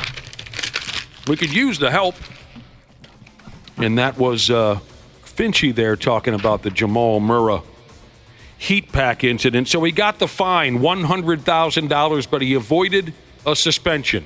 What do you think about that, Randy Shaver, Brad Ryder, Janel Klein? NBA, they're cowards. They should have suspended him a game. Should have suspended him. Yeah, and he threw something on the floor during the action that could have hurt somebody. I mean, during the regular season, if that would have happened, he would have been suspended. Reputation got him by this time, Randy Shaver? Well, it's a playoff. I think it was probably because it was a playoff game. They probably chickened out a little bit and didn't suspend him. They're cowards. They should have suspended the guy. That's just ridiculous. I'm with you. Don't you even get suspended for throwing something off the court? Well, sure you do. Throwing something. What do you mean off? Something at the you mean like fans into or the whatever? crowd? A cheerleader? Oh well, yeah. Sure. I don't disagree, but let's flip the coin. Let's say a couple years ago, Pat Bev would have done that when he was with the Timberwolves. Would we have wanted him to be suspended? Sure. We knew Pat Bev was a wild card when we got him. Okay. Yeah. Yeah, I don't disagree with what Randy said. He if probably you're should have throwing been. something- He should have been suspended for a game. Absolutely. And the NBA has the ability to go back and review video to make those kind of decisions. It's not whether the referee saw it when it happened. You still have the opportunity to go back and review it. I just don't understand how he gets a... Will it matter? Probably not, because the Nuggets have proven right now that they are not able to stay with the Timberwolves. But what would have happened if a player would have slipped on it and hurt themselves? I mean, even his own player, for that matter. Now, that would have been funny. If Jokic would have rolled an ankle on that heat pack and he was out for the rest of the playoffs, that would have been hilarious. But if you do roll your ankle on that, you do have a heat pad conveniently right there to aid in the recovery. Wrap yourself up in it. And you'll You're be so good. glass half full. They don't even have to bring the stretcher out. You've got a heat pad sitting right next to you as your career just ended because your teammate had a temper tantrum on the... It's pretty shocking that they didn't suspend the guy. You know, it's funny. There are so many people. I was watching ESPN yesterday. A lot of guys talking about, they're like, there's no way they won't suspend him. This is a definite suspension, an easy suspension. He will be suspended, and then, lo and behold. I never assumed they would suspend him because he's Jamal Murray and they're the defending champion. So I never assumed they would suspend him in the first place.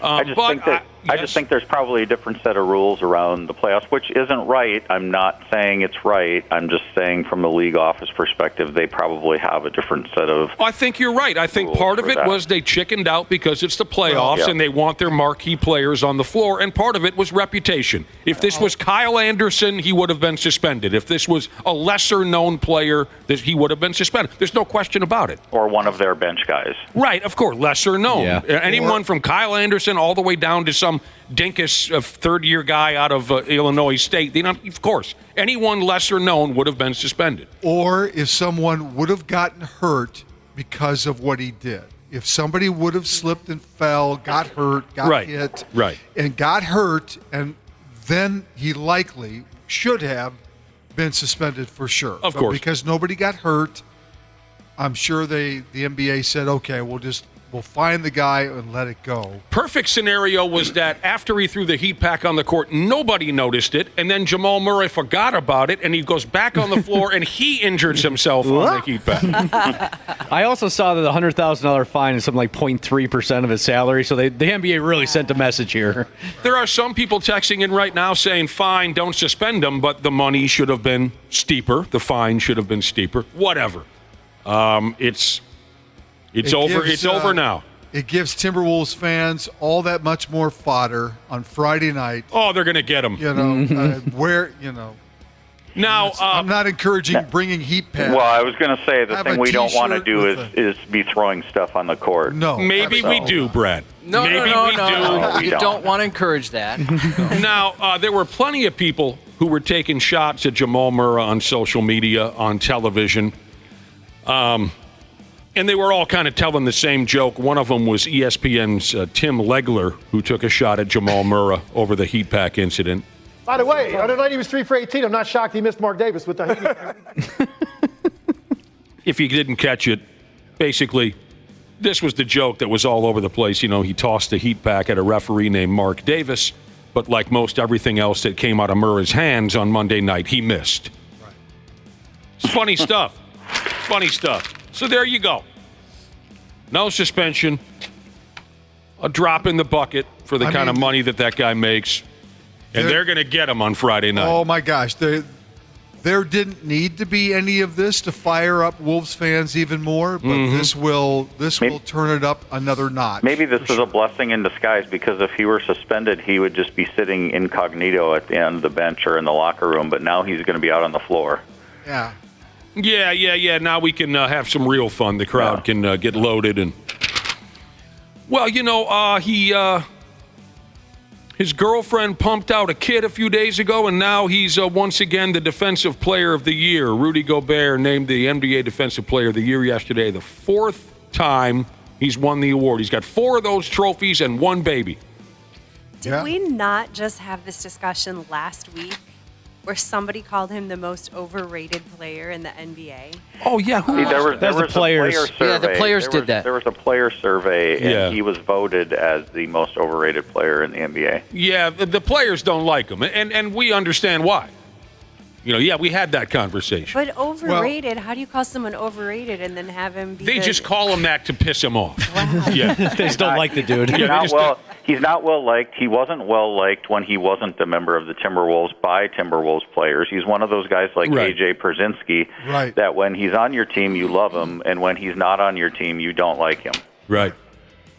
But that's the easiest way to explain it. He's I won think. that award 4 times. Dikembe Mutombo and Ben Wallace are the only other 4-time winners, and they're Hall of Fame centers. So, I mean, Gobert is in great company, and there's no doubt he deserved. He was the overwhelming winner of this award. It wasn't really even close. No. And so, I mean, say what you want about the guy.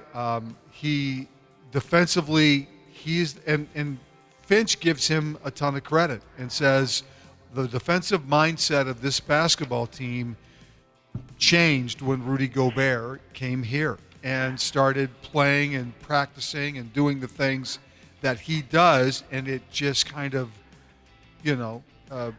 became part of everybody's routine, and now we see it come to fruition in the playoffs at a whole different level than it was during the regular season. I'm laughing because in this league, the way this league is today, there might have been only maybe 1 or 2 other people worthy of being a Defensive Player of the Year. That's probably not a lot of defense that's being played in this league today, but he certainly does. What's fun about this, what's fun about Rudy being the NBA Defensive Player of the Year again, is that everything negative that folks, including us, said about him and the deal that brought him here was incorrect. Yeah. Isn't it funny how big a difference a year can make? I just think it was the price they paid that people just kind of took a step back and went, whoa, this either better work Well, out. but Brad Ryder, we were all on the front lines for this. It usually wasn't the money that came up when people were complaining about the Gobert deal. It was who they gave up and how bad he sucked last year. He sucked. He did. We were all wrong. We were all told by people at the Wolves organization, no, just wait. And we all said, wait for what? He's terrible. Oh, God, we gave up Vanderbilt. We gave up D'Angelo. Who am I missing? We were all wrong, and it's a beautiful thing. It also took another year of Anthony Edwards developing into what he is right now, which is the best player in the NBA. He was not last year. He was really good last year, but he's at a different level. So I think it took just another year of development from a lot of other guys, too. Well, yeah, but we were all wrong about Rudy. Jesus texted in to say, Rudy Gobert, Defensive Player of the Year. He got first place in the voting. Rudy's condom, last place in the voting on Defensive Player. And look what I started for you, Janel Klein, Randy Shaver, Brad Ryder. Look what I started for you. A local tattoo artist is tattooing Nas Reed on people for $20. That's sweet. And the guy got so many inquiries that he had to set up like a dedicated account for Nas Reed tattoo, like Gmail account for all the inquiries. This is according to social media. Mm-hmm. What's the guy's name? The tattoo artist? We can give him a word life. Is it Shake Weight Williams? Is that the name of the? Yeah, but was that just the person that tweeted it, or is that the actual guy? Get the guy's name. Yeah, I'll pull it up here. If you want a Nas Reed tattoo on your body, $20. Would it be the same price if the 6th man of the year for the Timberwolves was Shea Gilgeous-Alexander and the guy had to print that out on people's skin? Yeah, that would take longer, wouldn't it? Well, but I don't know what this means. Does it mean he'll just tattoo the name, or I think it's just the name. Okay, not his likeness or his. No. And because he put it in quotes, Nas Reed. Oh, I see. But is he a legitimate tattoo artist? Do we even know that? It's just because all I saw was a guy that tweeted it. He's a tattoo apprentice. He works at a shop. It doesn't say. He says Wow, so stoked all the interest. To streamline things, if you're interested in getting a Nas Reed tattoo, email me at nasreedtattoos@gmail.com. His name's John Chuck. He said, myself and another artist in the shop will be taking as many Nas Reed tattoos as we can. Wolf's back. Janelle, do you have any room on your body? I'd have to squeeze it in somewhere. Do you have Who gets bumped? Who gets bumped if you? Yeah. You know, And where is it going to be? Some old boyfriends we could make, we could cover those up. You could cover up the ex-boyfriends' That's names, right. yeah. Or just take their jersey numbers off at least. There's that. There is that. And it looks like the shop, it's called Beloved Studios in Roseville. That's the name of the tattoo shop, dishing out the right up Nas the road Reed from me, tattoos. where I'm at. Well, go get one, Brad. Us too. Come on, Brad. I'm in for 60. Get 3 of them. I'll tell you what. You're welcome, everybody. You're welcome.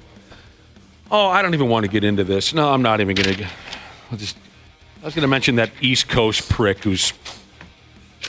You know who I'm talking about when I just say East Coast prick, Josh? There's a couple of them. forget There's it. a lot. All right, fine.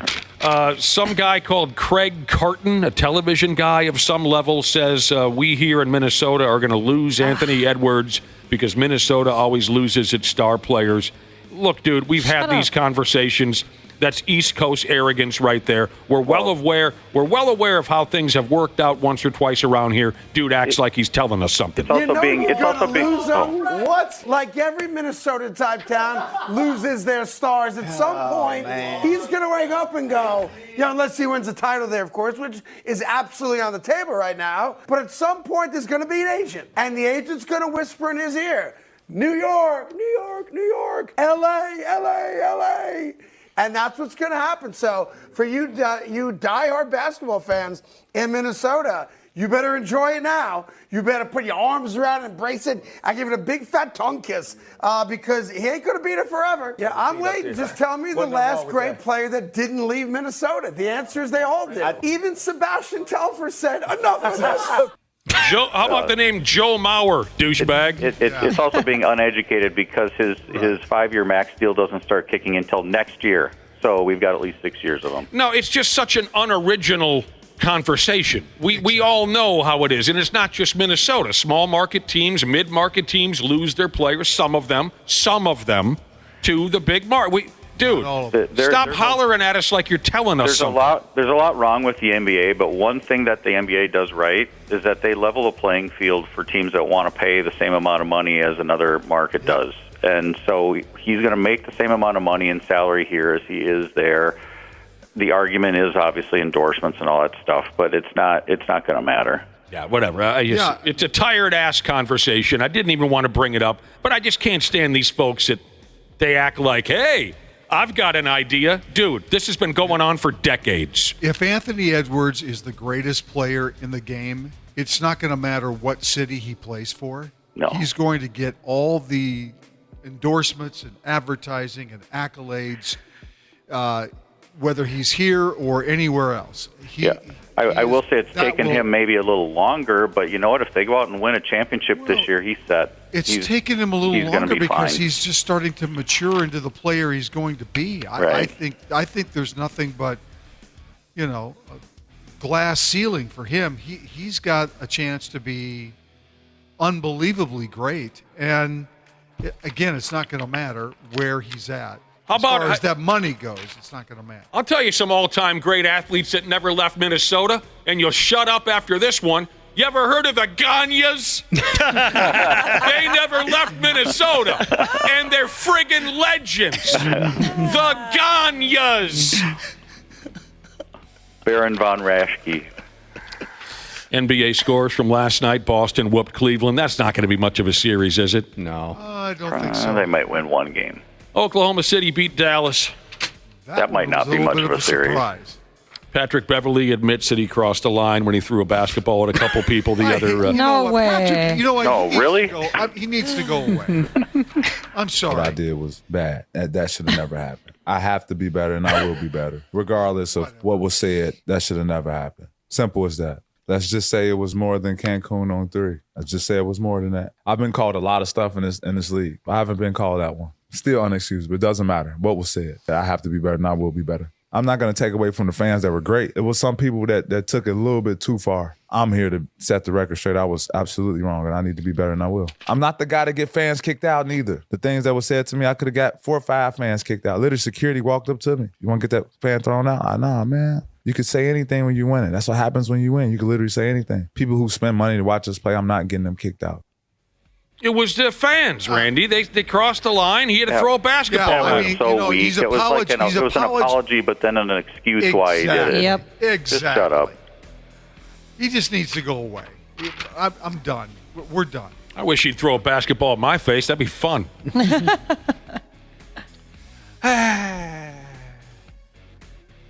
This could be fun. Talking about this here. Uprocks.com. They went back and forth talking about the old video game NBA Jam. God, I love that game. Who played? Did anyone never play NBA Jam Ski? Never played it. Oh, Janelle, Ashley never played NBA Jam. It was fun. Yeah, it was. Is it the shoes? From downtown. They rank the 10 best NBA Jam duos playing today. So they looked through the current NBA rosters and identified who would be the most fun to use as a duo, because that's how it worked on NBA Jam. It was 2-on-2. I remember when I used to play NBA Jam at the arcade, and then I believe I borrowed the home version for Nintendo or something. You could be Christian Laettner and J.R. Ryder. We're talking about the Timberwolves. I believe there was a version where you could be Pooh Richardson and Brad Lohaus. I bet that team was good on there. But I was all about the Timberwolves, so I would die. Even if I was taking on Jordan and Pippen, I would go Pooh and Brad Lohaus. I want to stay loyal to my. I would go away from the Wolves once in a while. I like to be Clyde Drexler and Terry Porter. Oh, that was a good one. Terry Porter. I like to be Terrell Brandon and Glenn Robinson once in a while. Yeah, sure. Anyway, here are the guys. Well, first off, they say honorable mention to literally anyone and Victor Wembanyama. He would be good in that game. Probably be pretty good at NBA. 10, Shai Gilgeous-Alexander and Chet Holmgren. 9, LeBron and Anthony Davis. 8, Kyrie Irving and Luka Doncic. 7, Devin Booker and Kevin Durant. 6, Jamal Murray and Nikola Jokic. 5, Tatum and Porzingis from the Celtics. 4, Morant and Jackson Jr. from Memphis. Ja Morant was made for NBA Jam when he's not fighting teenagers on the sidewalk. And 3, Lillard and the Greek Freak. 2, Anthony Edwards and Karl Anthony Towns. Because Anthony Edwards was made for that game as well. Yes, and so was Karl, because he can shoot the 3. It's ridiculous that Tyrese Maxey and boring-ass Joel Embiid are number 1 on this list. That's stupid. Yeah. Joel Embiid is so boring. Tyrese Maxey is not, though. No, he's not. Oh man. If you watched him during the playoffs, my God. They're losers. Yeah. Who were exited from the first round. Oh, I've got something. Maybe I'll save this for Friday. I'll save that for Friday. Brad will be back. Janelle, you can come back on Friday if you want. Sure. You didn't seem terribly excited. Well, she'll be healing from her tattoo. Yeah. Yeah, she'll be drowning in aquifer, getting all those Nas Reed tattoos, make sure they don't get infected. Did you see the look on her face, Josh? I can't see. My computer blocks her face. You didn't have to see the look at her face. It was the tone of the voice. I could hear it. I've never experienced that from you, Janelle. Sure, Nick. I've heard that enthusiasm from my wife. I understand exactly what you meant by that. You acted like I just asked you to fetch me a beer or something like that. It happens, Janelle. It's okay. I'll come back. No, you don't have to come back. We don't want you back. He's lashing out, Janelle. It's not true. Yeah. He's lashing out. What are you talking about? Like Patrick Beverly lashed out? Yeah. Well, but it wasn't. Just an apology. The fan started it like Janelle started. Right. You could kick her out of here if you wanted, but you didn't. A lot of runs scored in last night's Twins-Mariners game. Damn shame a lot of us didn't get to see it. Sounded like a fun one. Yeah. Back and forth ball game. It goes into the ninth inning, tied at 6 runs apiece until the Mariners cracked off a 4 spot and they won the Sumbitch 10-6. They won the game 10-6. If you left the game after the 6th inning, you missed 10 runs. So. Just kicking yourself. Yeah. I mean, Seattle saved their offense for the 7th inning and the 9th inning, and that was enough to win. So. Well, we can go home. We got this wrapped up. We got this game in the bag. I got a couple buddies who go to like 20 damn Twins games a year. They never make it past the 5th inning because they got to go over to the Spearmint Rhino. Oh, my God. And then they look at their phone to find out what the final score was. So when they get home, they can tell the wife, yeah, it was 7-5. What are you talking about? I was there all the way through. Twins might have won if not for a Seattle ball player by the name of Cal Raleigh who blasted a pinch hit grand slam in the 7th. Yeah. Jorge Alcala did not have a good outing for the Twins. No. They'll go again with Seattle tonight. Chris Paddock for the Twins against a character called George Kirby. I think you could argue, other than Cole Sands, the entire bullpen did not have a great game last night. Between Jackson and Okert and Alcala, that it was just not. Are you still able to watch the games, Randy, or are you watching them at work? I am not. At work I can, yes. Okay. He can watch it at work and at his girlfriend's place, but he doesn't have the... Yeah, I'm not able to watch them anymore, so I'm kind of tuned out. She is a cord cutter, so yes. She's a what? She is a cord cutter. Your so girlfriend. Yes, I'll have to look that term up on Urban Dictionary. So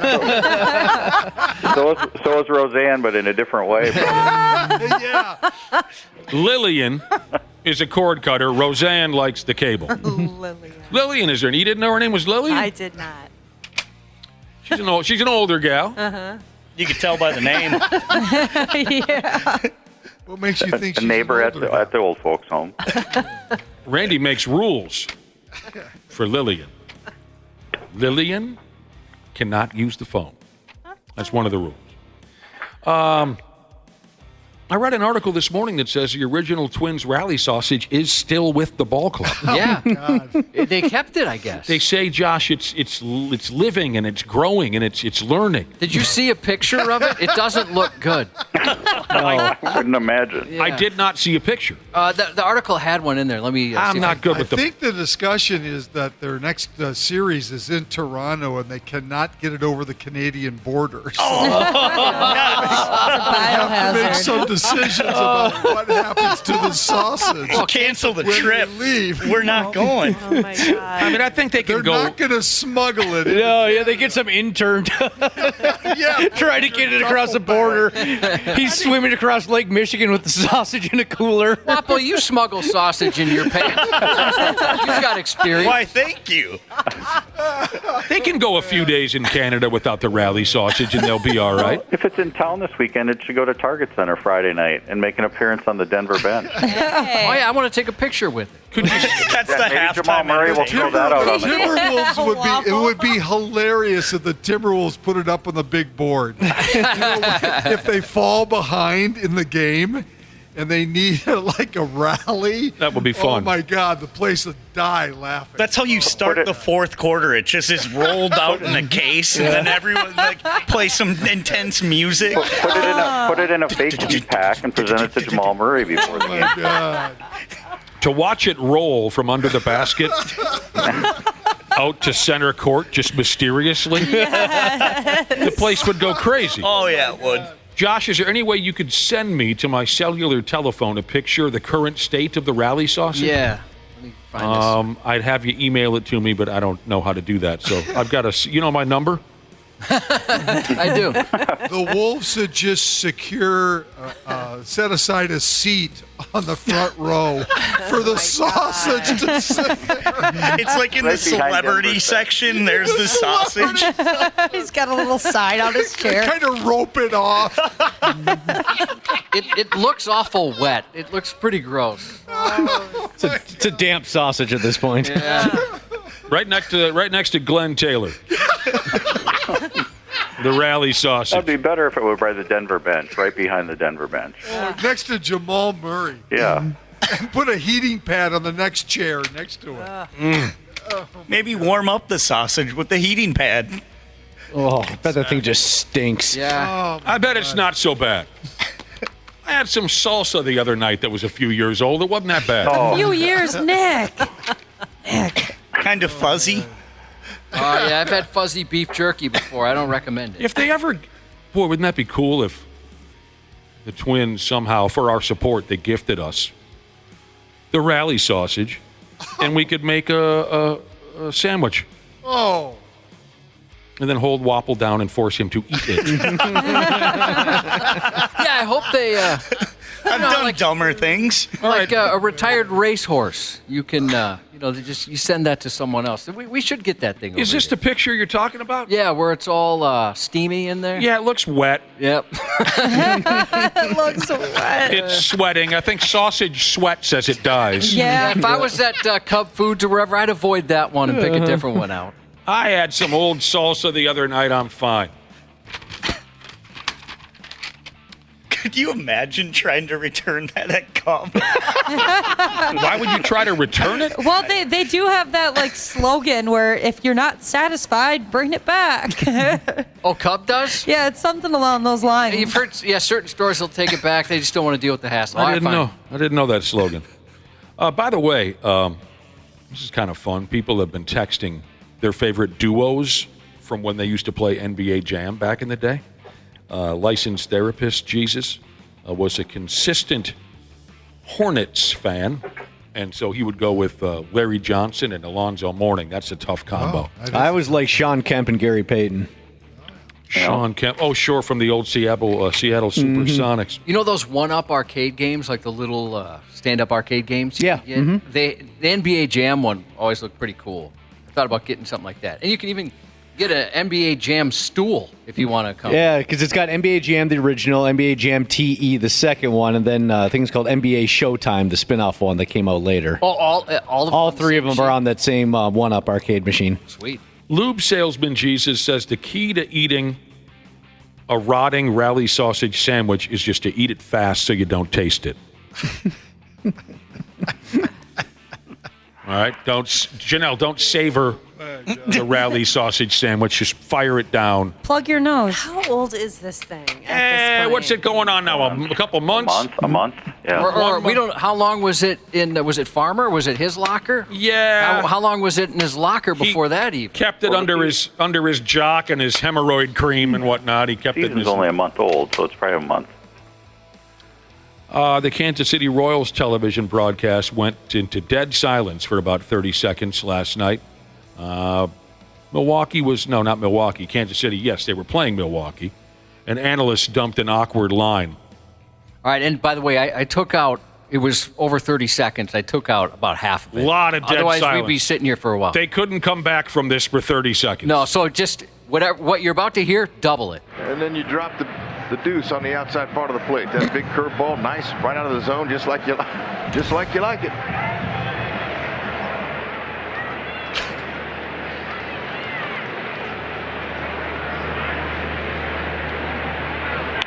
Up the left field line, and Velasquez makes the play. Just to clarify, a deuce is a curveball.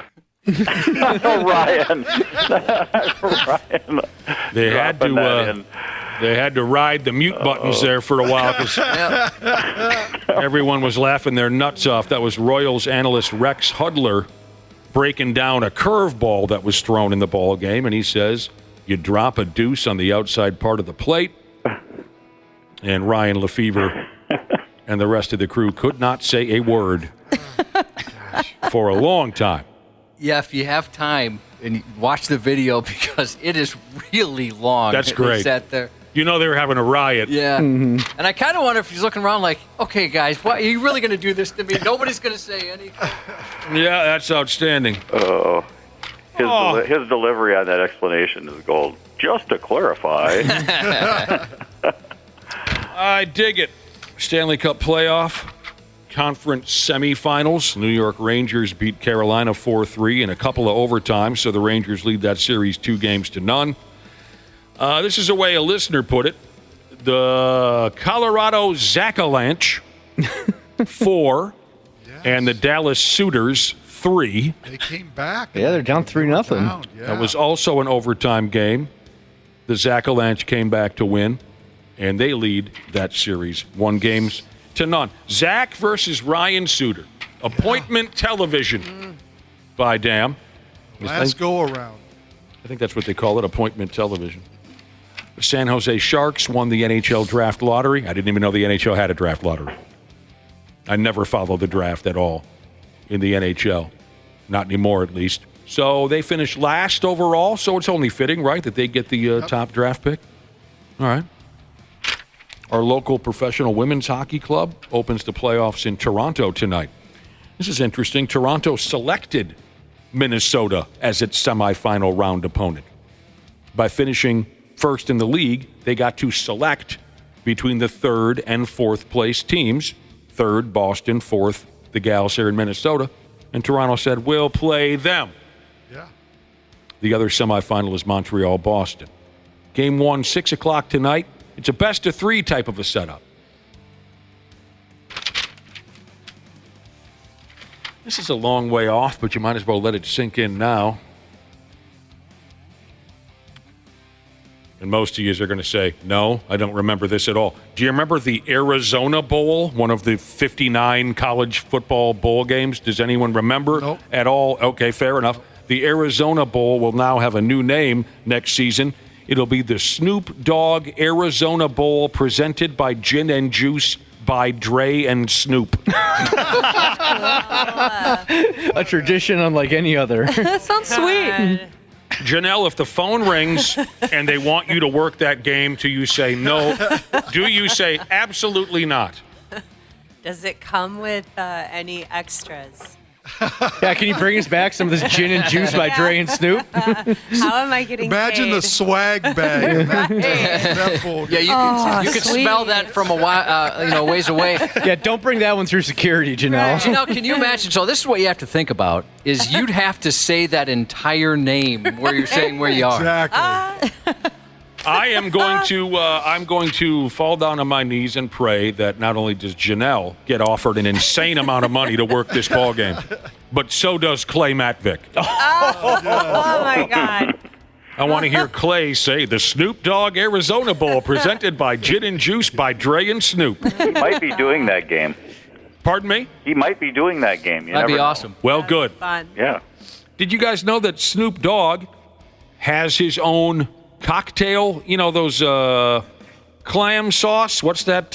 White Claws? Like a White Claw type canned drink, right? Everyone's sucking those down. Yep. Snoop Dogg's got his own gin and juice in a can, Ski. Did you know that? No, that's pretty cool, though. He and Dr. Dre. Yes, okay, the both of them. It's good Snoop got his hands in some endorsements for once. Well, at least for once we're talking about Snoop Dogg and it's not marijuana, on and on with the marijuana. Yeah, for sure. I'm glad he also has problems with drinking. I thought he had some kind of thing going with Martha Stewart. Yeah, they're buddies. But aren't they in business together for something? I'm sure. Yeah, you're probably right. Probably has a cookbook or something. Yeah.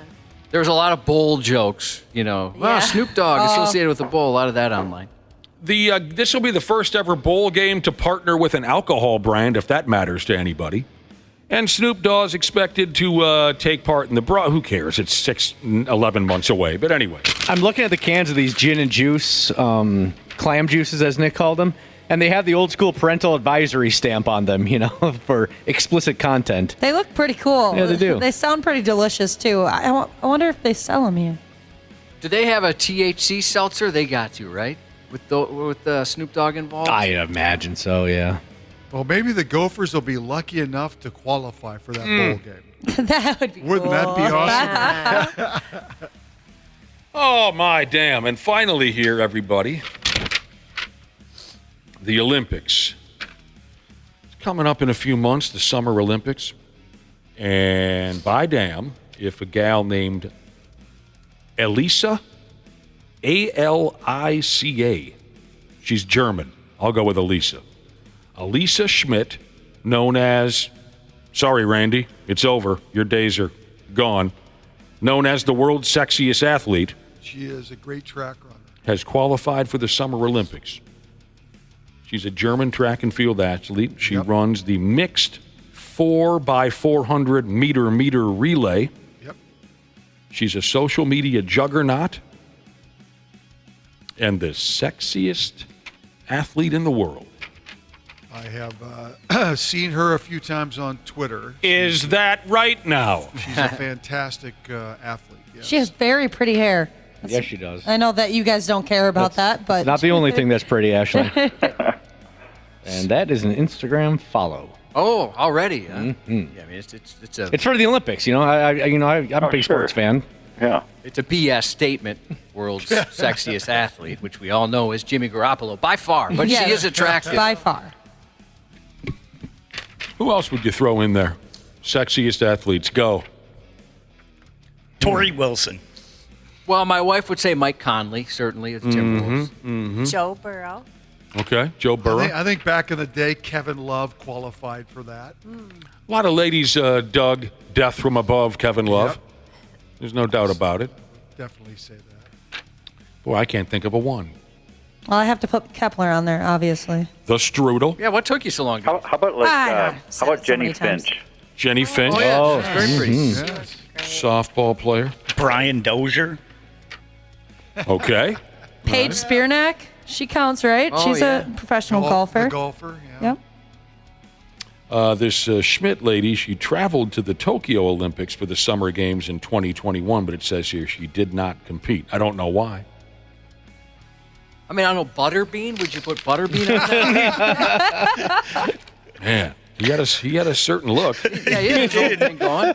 Definitely did. Here are people texting in on the sexiest athletes that they've ever seen. Larry Bird is a real looker. You get the, Maria Sharapova, sure. I don't. Does she still play? What does she play? Tennis? Mm-hmm. Yeah. She's got to be 50-some years old now, right? I don't know. Anna Kournikova, she's over the hill now too, right? Yeah. Yeah. Maria Sharapova, 37. The ladies love Kelly Oubre, according to a listener. I know who that is. Played for the 76ers this year. Kelly Oubre. Anyone else know who that is? No. Just looked him up, yeah. I'll give you another one here. Dana, this is for you. Mm-hmm. Judah Leerdam. Judah. Jutaleerdam. She's a speed skater. Yeah, she is. Holy cow. Yeah, she's gorgeous. Wow.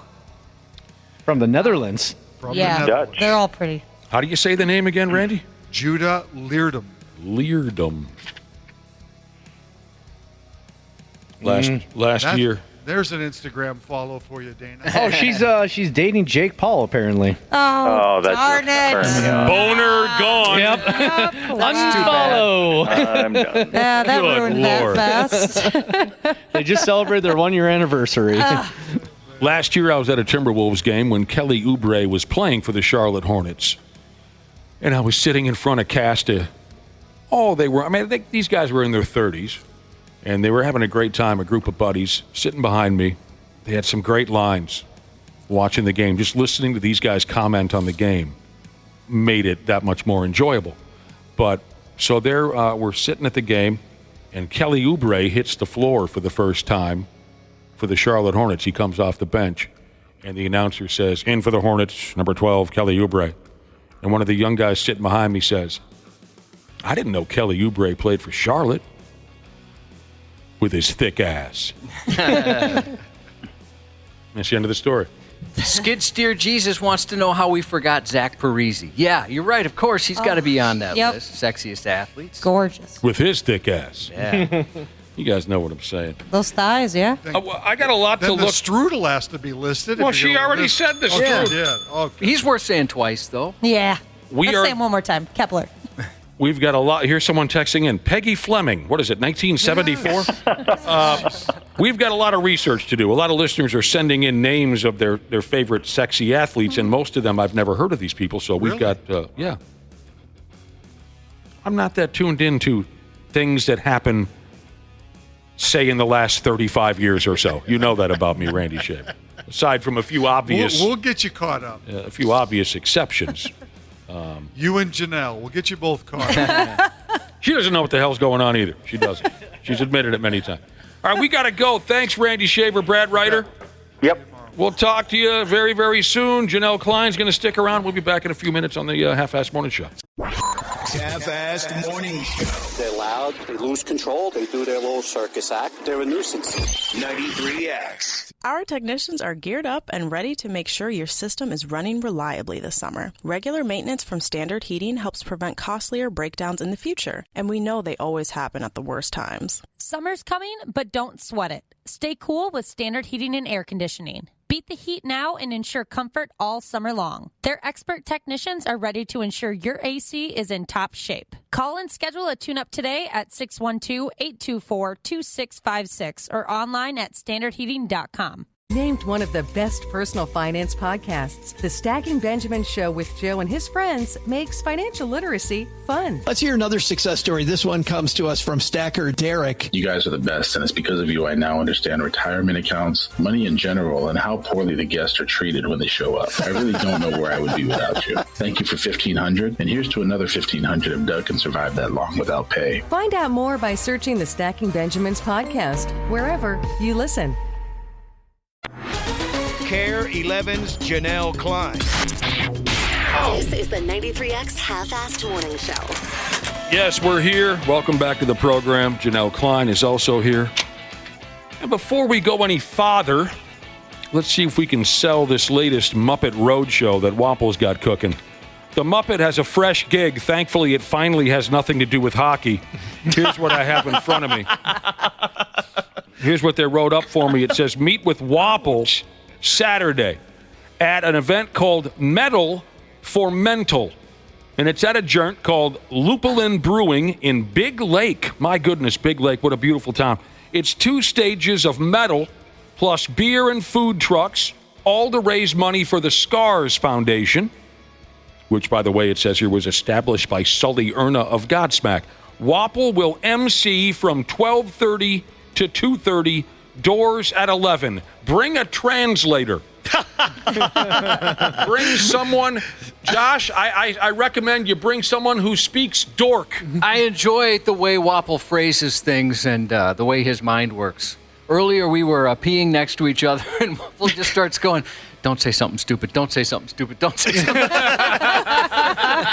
And that cracked me up. Did you end up saying anything stupid? Did I? No, I don't think you did. Okay, so it worked. No, I thought that was great. And that's the kind of thing you can get when you go join him as an MC of something like this. This sounds like a really cool gig. Live. Do you know any of the metal bands who are showing up? Yeah, so we got Nuisance, we got Menace, Dreams Aside, Weekend Picnic, Leaving Hope, Mirror of Being, so you don't know you don't know any of the bands? I have no idea. Yeah, you don't know. Yeah. Oh, but one of the bands, the singer in Weekend Picnic, he is actually the officer that gave me the junior deputy badge. Oh, really? Yeah. I just met him with you the other day. Yeah, so it's kind of funny how full circle. Yeah, that's beautiful. It's an effing small damn world. So this now you're in charge, Wapple. Yeah, I'm gonna kick him off the stage.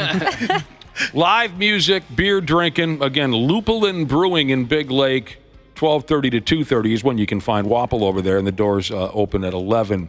Yeah, it'll be going all day, too. And all for a damn nice cause. Big Lake. 9 bands, 2 stages, beer. That's great. You don't hear about Big Lake enough. I like that town. Well, I'm sure we'll give you another heads up on this before the end of the week. So nice work, Wapple. Wapple doesn't look like a jackass. All right. Janelle's here. Let's catch Janelle up on some of what we've covered so far through a couple of text messages. I just want you to know some of the things we've covered so far, Janelle, because there are a couple of texts that came in that not only do you need to hear, but I think everybody needs to hear. Earlier on, Josh asked an interesting question. Have you ever thrown or had something thrown at you that was a little out of the ordinary? I think we had a story in the Stupid News where a guy threw a slice of salami at a lady, and it stuck to her face. So Josh asked, have you ever thrown something or had something thrown at you that was a little out of the ordinary? Snow Bear Jesus texted in.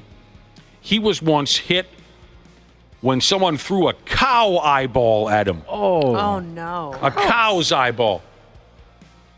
He worked at a slaughterhouse. He returned fire with a cow liver. Oh, my God. I'll bet that would hurt getting hit with a cow eyeball. Cow eyeballs? I have experience. Janelle, do you have any experience with cow's eyeballs? None. Okay. No. They are quite firm. Is that right? Yes. They appear that way to me. They are much larger than you think. Well, maybe they are. I mean, I guess anyone knows cows have big, scary looking.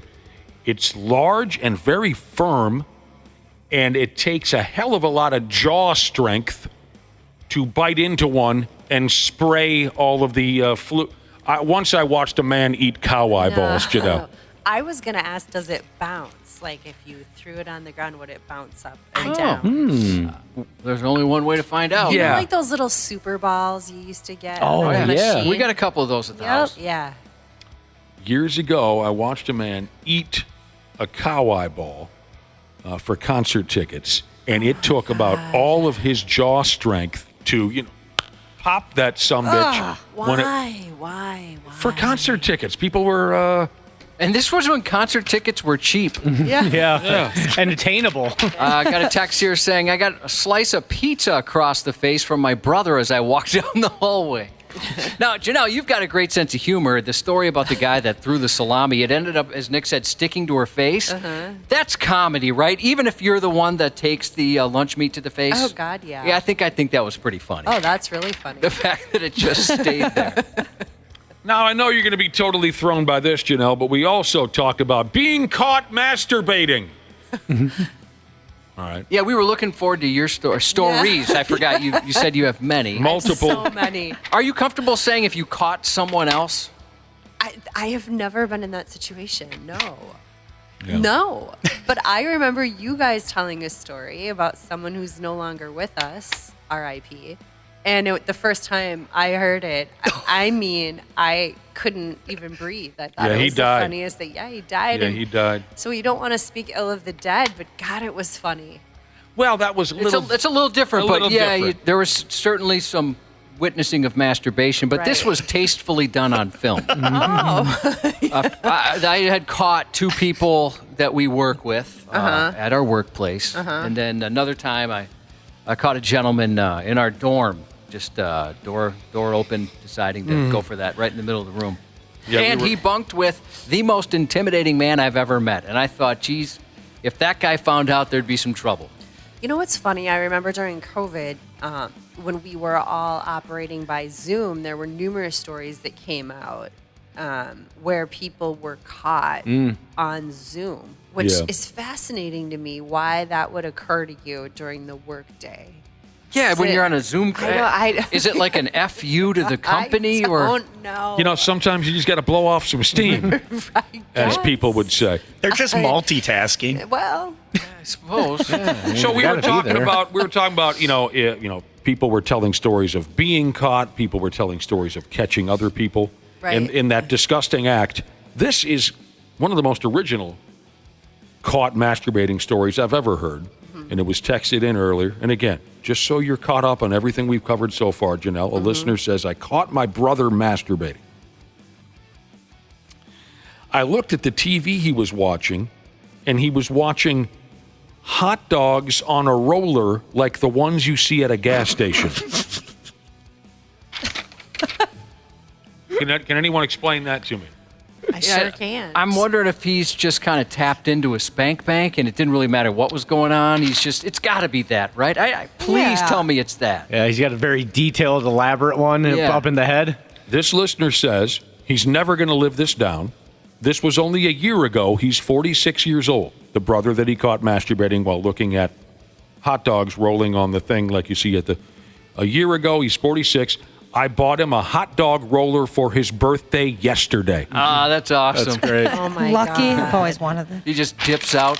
I want to know what the conversation is there, because if that's me, I just turn around, walk out, and never say a word. Well, and you know what? We were talking about this earlier, and that's exactly what I did the 3 times I caught a gentleman taking care of themselves. Well, the first time we locked eyes, and I didn't know what, I just said, well, hello, naked man, and then I walked away. And that was at college. That was at college. The other 2 times you should have said something. I said absolutely nothing. I mean, because it was at work. It was at work. We didn't. They didn't notice that I saw them. I caught what was going on and I left. One time I dropped below a window just so they wouldn't see me and crawled out of the studio there. But yeah, I never said anything until they were long gone, and I've never even said who they were. I've told Nick. Did you know the naked man, or was it just a stranger? Oh, I knew all of them. Oh. Yeah. The dude at college, he was my neighbor in the dorm, and you know what? One of his relatives has texted in. He's like, I know who you're talking about because that person's related to me. You know, and I had asked, well, who's your relative? And lo and behold, that's the truth. I mean, if you're tight with your brother, you could have so much fun with that, right? Like giving the hot dog roller as a gift, that's funny. That's very funny. That is funny. You mentioned that you would just walk away and not say a word, but you'd have to tell your friends, right? You'd have to say, you're not going to believe what the F I saw. I don't know if I would. Oh, come on. You have to. Well, remember, it's your sibling. It's your sibling that you caught. Yeah, I don't think I would. Okay. Really? I don't know. You don't want your friends thinking of your sibling like that. Yeah. I'd sell my brother out faster than you can. Well, you know, that's a good point. Maybe I wouldn't, because I definitely leave some life stories out so people don't judge them. Yeah. You know them a little differently. Yeah. It depends what sibling, too. Yeah, you've got a lot to choose from. Yeah, you play favorites. Yeah. All right, Cubby filled us in on something yesterday. It's Teacher Week, where we are supposed to step aside for those who guide our youth in the classroom. In order to fall into line with the celebration, I have choices for you. Do you want to talk about bizarre is the word they use, bizarre reasons kids got expelled, bizarre reasons kids got expelled, or things that wouldn't fly today that happened at school back in the day? Kids getting expelled or things that wouldn't fly today at your neighborhood schoolhouse? Janelle, you're the guest. I mean, listen, I think in that situation, there are things that cross over where things happened that shouldn't have happened, and then people got expelled. Mm-hmm. I like my high school. I have a lot of fond memories. There are so many things that went down in those days that, oh my God, would never ever. You'd end up you'd end up in the local paper. Oh my yeah, God. I won't share anything, but you told us a couple. I told you guys off air. off air, and I was like, I can't say this. Yeah, like, and we were like, well, before you told us, we're like, it's probably okay. Wait, you're right. That is not okay. Now, no crime was committed, but that would absolutely not fly today. That would be international news. Yes. Things have changed so much, and a lot of it for the better. So, yes, some of the things that we got away with 30 years ago or so, you'd end up in the papers. Not only would teachers, but probably administrators' careers would come to an end. Students would you'd not only never be allowed back in the school again, but never be allowed back in that town again. Yeah. Right? Yeah, you'd be run out of town. A buddy of mine, I mentioned this before, so he wasn't expelled. Nowadays, I think you'd be expelled, but when the morning announcement, like they had a little fake TV show at school, and he broke into the brand, they just built this little studio. Mm-hmm. And he broke in, he locked the door, he shoved up, furniture up against the door and everything, and he put porn in instead of the tape that was supposed to run. And so, and it was required viewing, right? Not the porn, but the morning announcements, it was required. They had like a 5-minute thing. We had to watch it. Some students put on a little news show. And so he only got suspended. I mean, they had to break the window to get in because he would not let anybody in. Did they know it was him? Well, once they got in there, they did. And I had a suspicion because he had joked about something like that before, but he didn't tell any of us he was going to do it that day. Yeah. None of us. Were you seniors, like at that tail end where he's like, I don't care anymore? No, not at all. Really? I think maybe we were juniors, sophomores or juniors, and he got suspended for a day. And that's it, huh? A day? Yeah, and this is a Catholic high school, by the way. Oh my God. So yeah, he just, it was one day, and at that even seemed extreme back then, but today it seems like nothing. That's crazy. Yeah. Not all of this stuff is terribly dramatic, but it's a wide range of things that used to fly, but would no longer fly today. at your school. We'll get to this. Maybe we can even get to some of the expulsion stories, too, when we return on the Half-Assed Morning Show. KARE 11's Janel Klein. This is the 93X Half-Assed Morning Show. Yeah, Jungle Jane is here. We were talking about things that wouldn't fly these days at your neighborhood schoolhouse the way they did back in the day. It's Teachers Week, so we're going to talk a little school days here. Now, again, not all of this is terribly dramatic, but it certainly falls under the category of something that wouldn't fly these days. One example would be back in the 60s, our high school received a bomb threat. Well, that's very 2000s of you. Yeah, they were ahead of their time. Way ahead of their time. Back in the 60s, our high school received a bomb threat. All the students were evacuated. 10 minutes later, the principal gathered all the senior year boys and sent them back into the school to do a thorough search.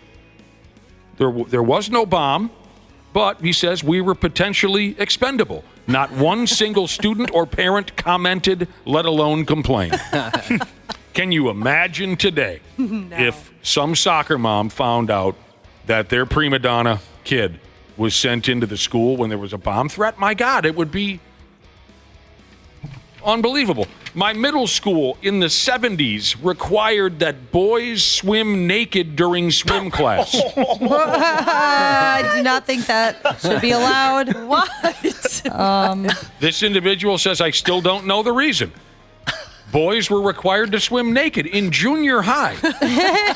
Yeah, I have some questions for that instructor. With the girls?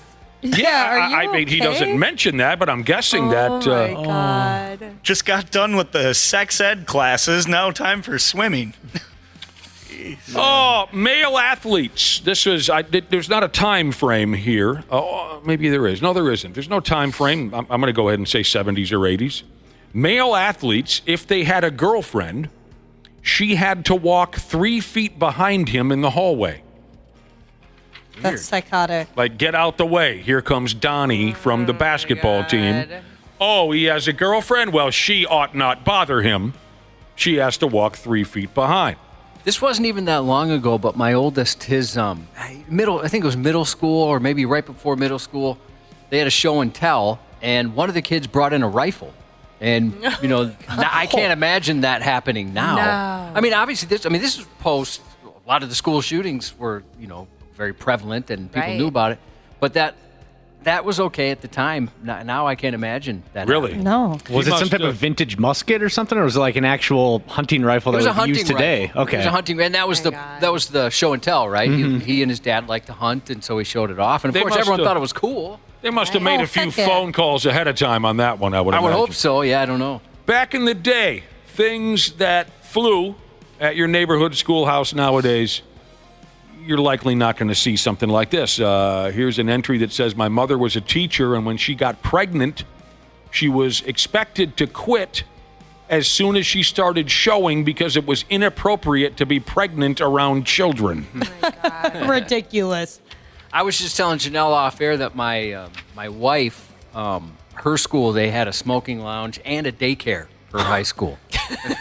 In our school, if somebody got pregnant, couldn't be forced to, but they were encouraged to go to this kind of alternative learning center across town. Yeah. Oh, really? Mm-hmm.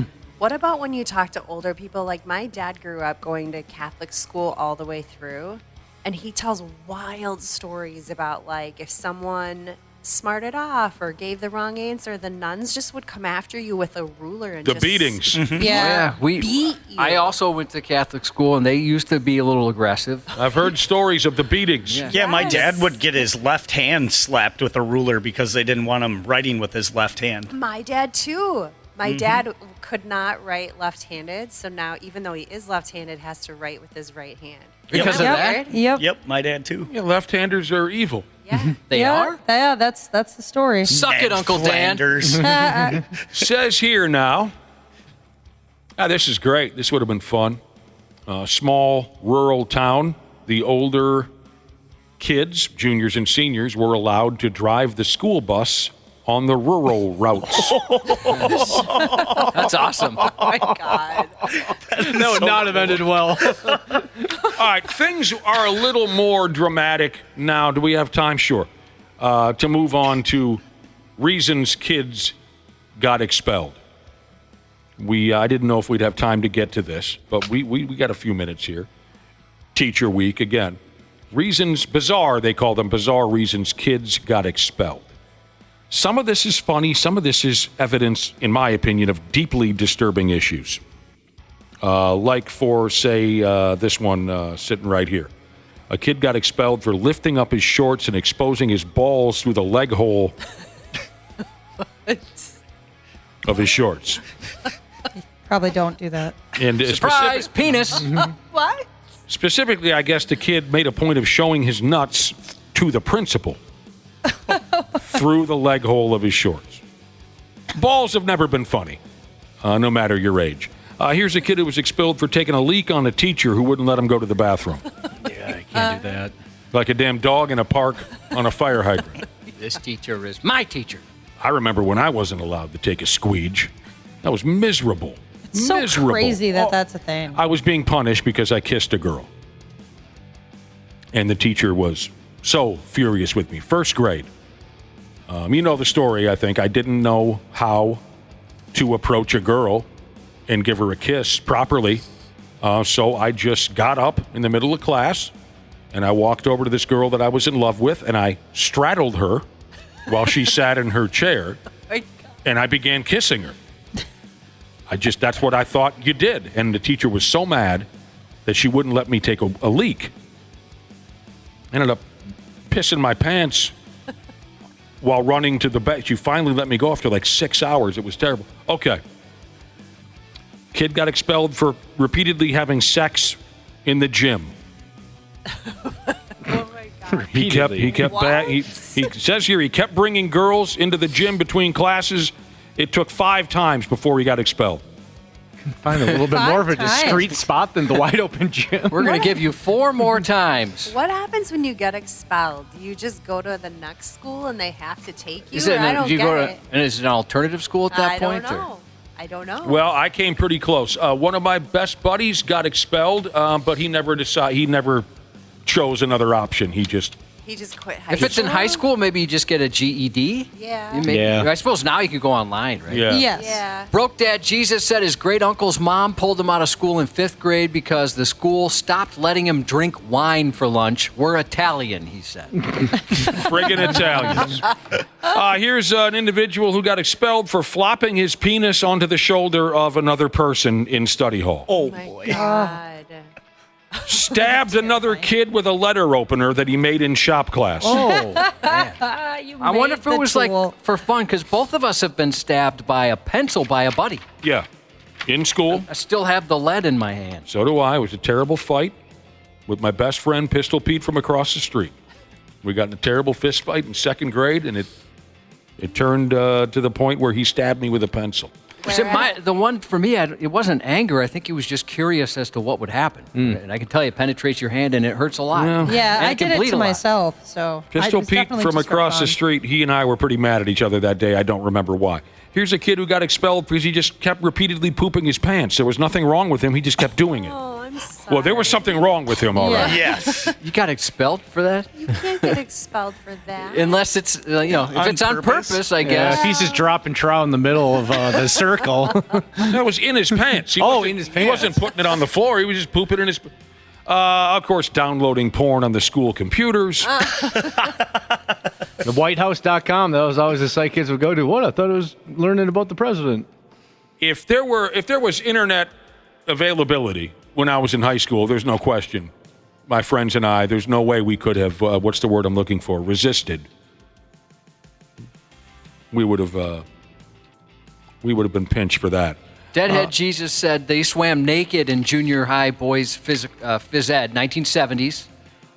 He said a kid popped a boner and was teased until the day they graduated. Oh, poor kid. Boner. Everywhere the kid goes. Didn't you guys ever have swimming, though, in Phi Ed? Yeah. No, so we never had a pool. I never did. Yeah, we swam. Did you have school-issued swimsuits? No. Oh, no, we did. And they were like 30 years old. Oh. I'd imagine one piece, right? One piece, totally see-through.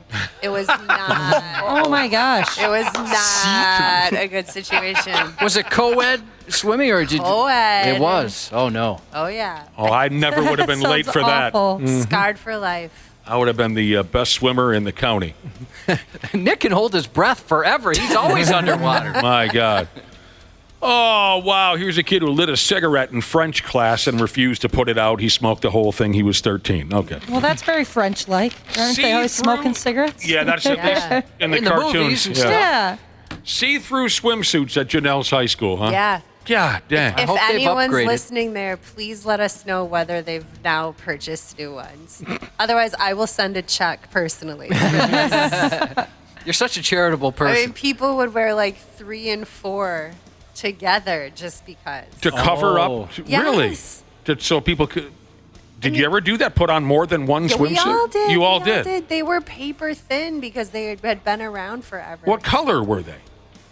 There was no color because they had been washed 1,000 times. So, did you wear underwear underneath? No, you couldn't. They were like, still wouldn't you let can't bring your own swimsuit for hygiene issues. I think it would be more of a hygiene issue that you're wearing someone else's swimsuit that they wore. Also, you learned nothing because all you were doing was worried about what was like being shown. Yeah. Was Ron Jeremy the swim coach over there? I was just going to ask if Mr. Skin was your... Gosh. Whose idea was this? That sounds terrifying. Unfortunately, they're all 2 sizes too small, girls. That's right. Terrifying for a young person. Terrible. Oh, I can't imagine. I think that'd be yuck. I'm glad we never had to do that. I think that'd be intimidating already, but then that. This text says, I want to shout out my teacher wife. I love leather scrotum sheezes for Teacher Appreciation Week. He said, I could never deal with those pricks. Jail admin Jesus said this week is also National Correctional Officers Week, so shout out to all the corrections professionals working in our beautiful state and the staff at Chisago County Jail, he said specifically. Congratulations to Scooter Jesus and the new mom of Scooter Jesus Jr. Good luck to naughty insurance agent Jesus having spine surgery this morning. Hope that goes well. Shout out to Papaya Jelly Jesus from Ultimate Frisbee Jesus, and happy hump day. The 93X Half-Assed Morning Show. 93. The 93X Half-Assed Morning Show podcast is sponsored by Standard Heating and Air Conditioning. New episodes drop each weekday. If your podcast platform has ratings, go ahead and give us 5 stars and maybe give our enemies 1. Thanks, and here's a word from our sponsor. Stay cool with Standard Heating and Air Conditioning. Beat the heat now and ensure comfort all summer long. Their expert technicians are ready to ensure your AC is in top shape. Call and schedule a tune-up today at 612-824-2656 or online at standardheating.com.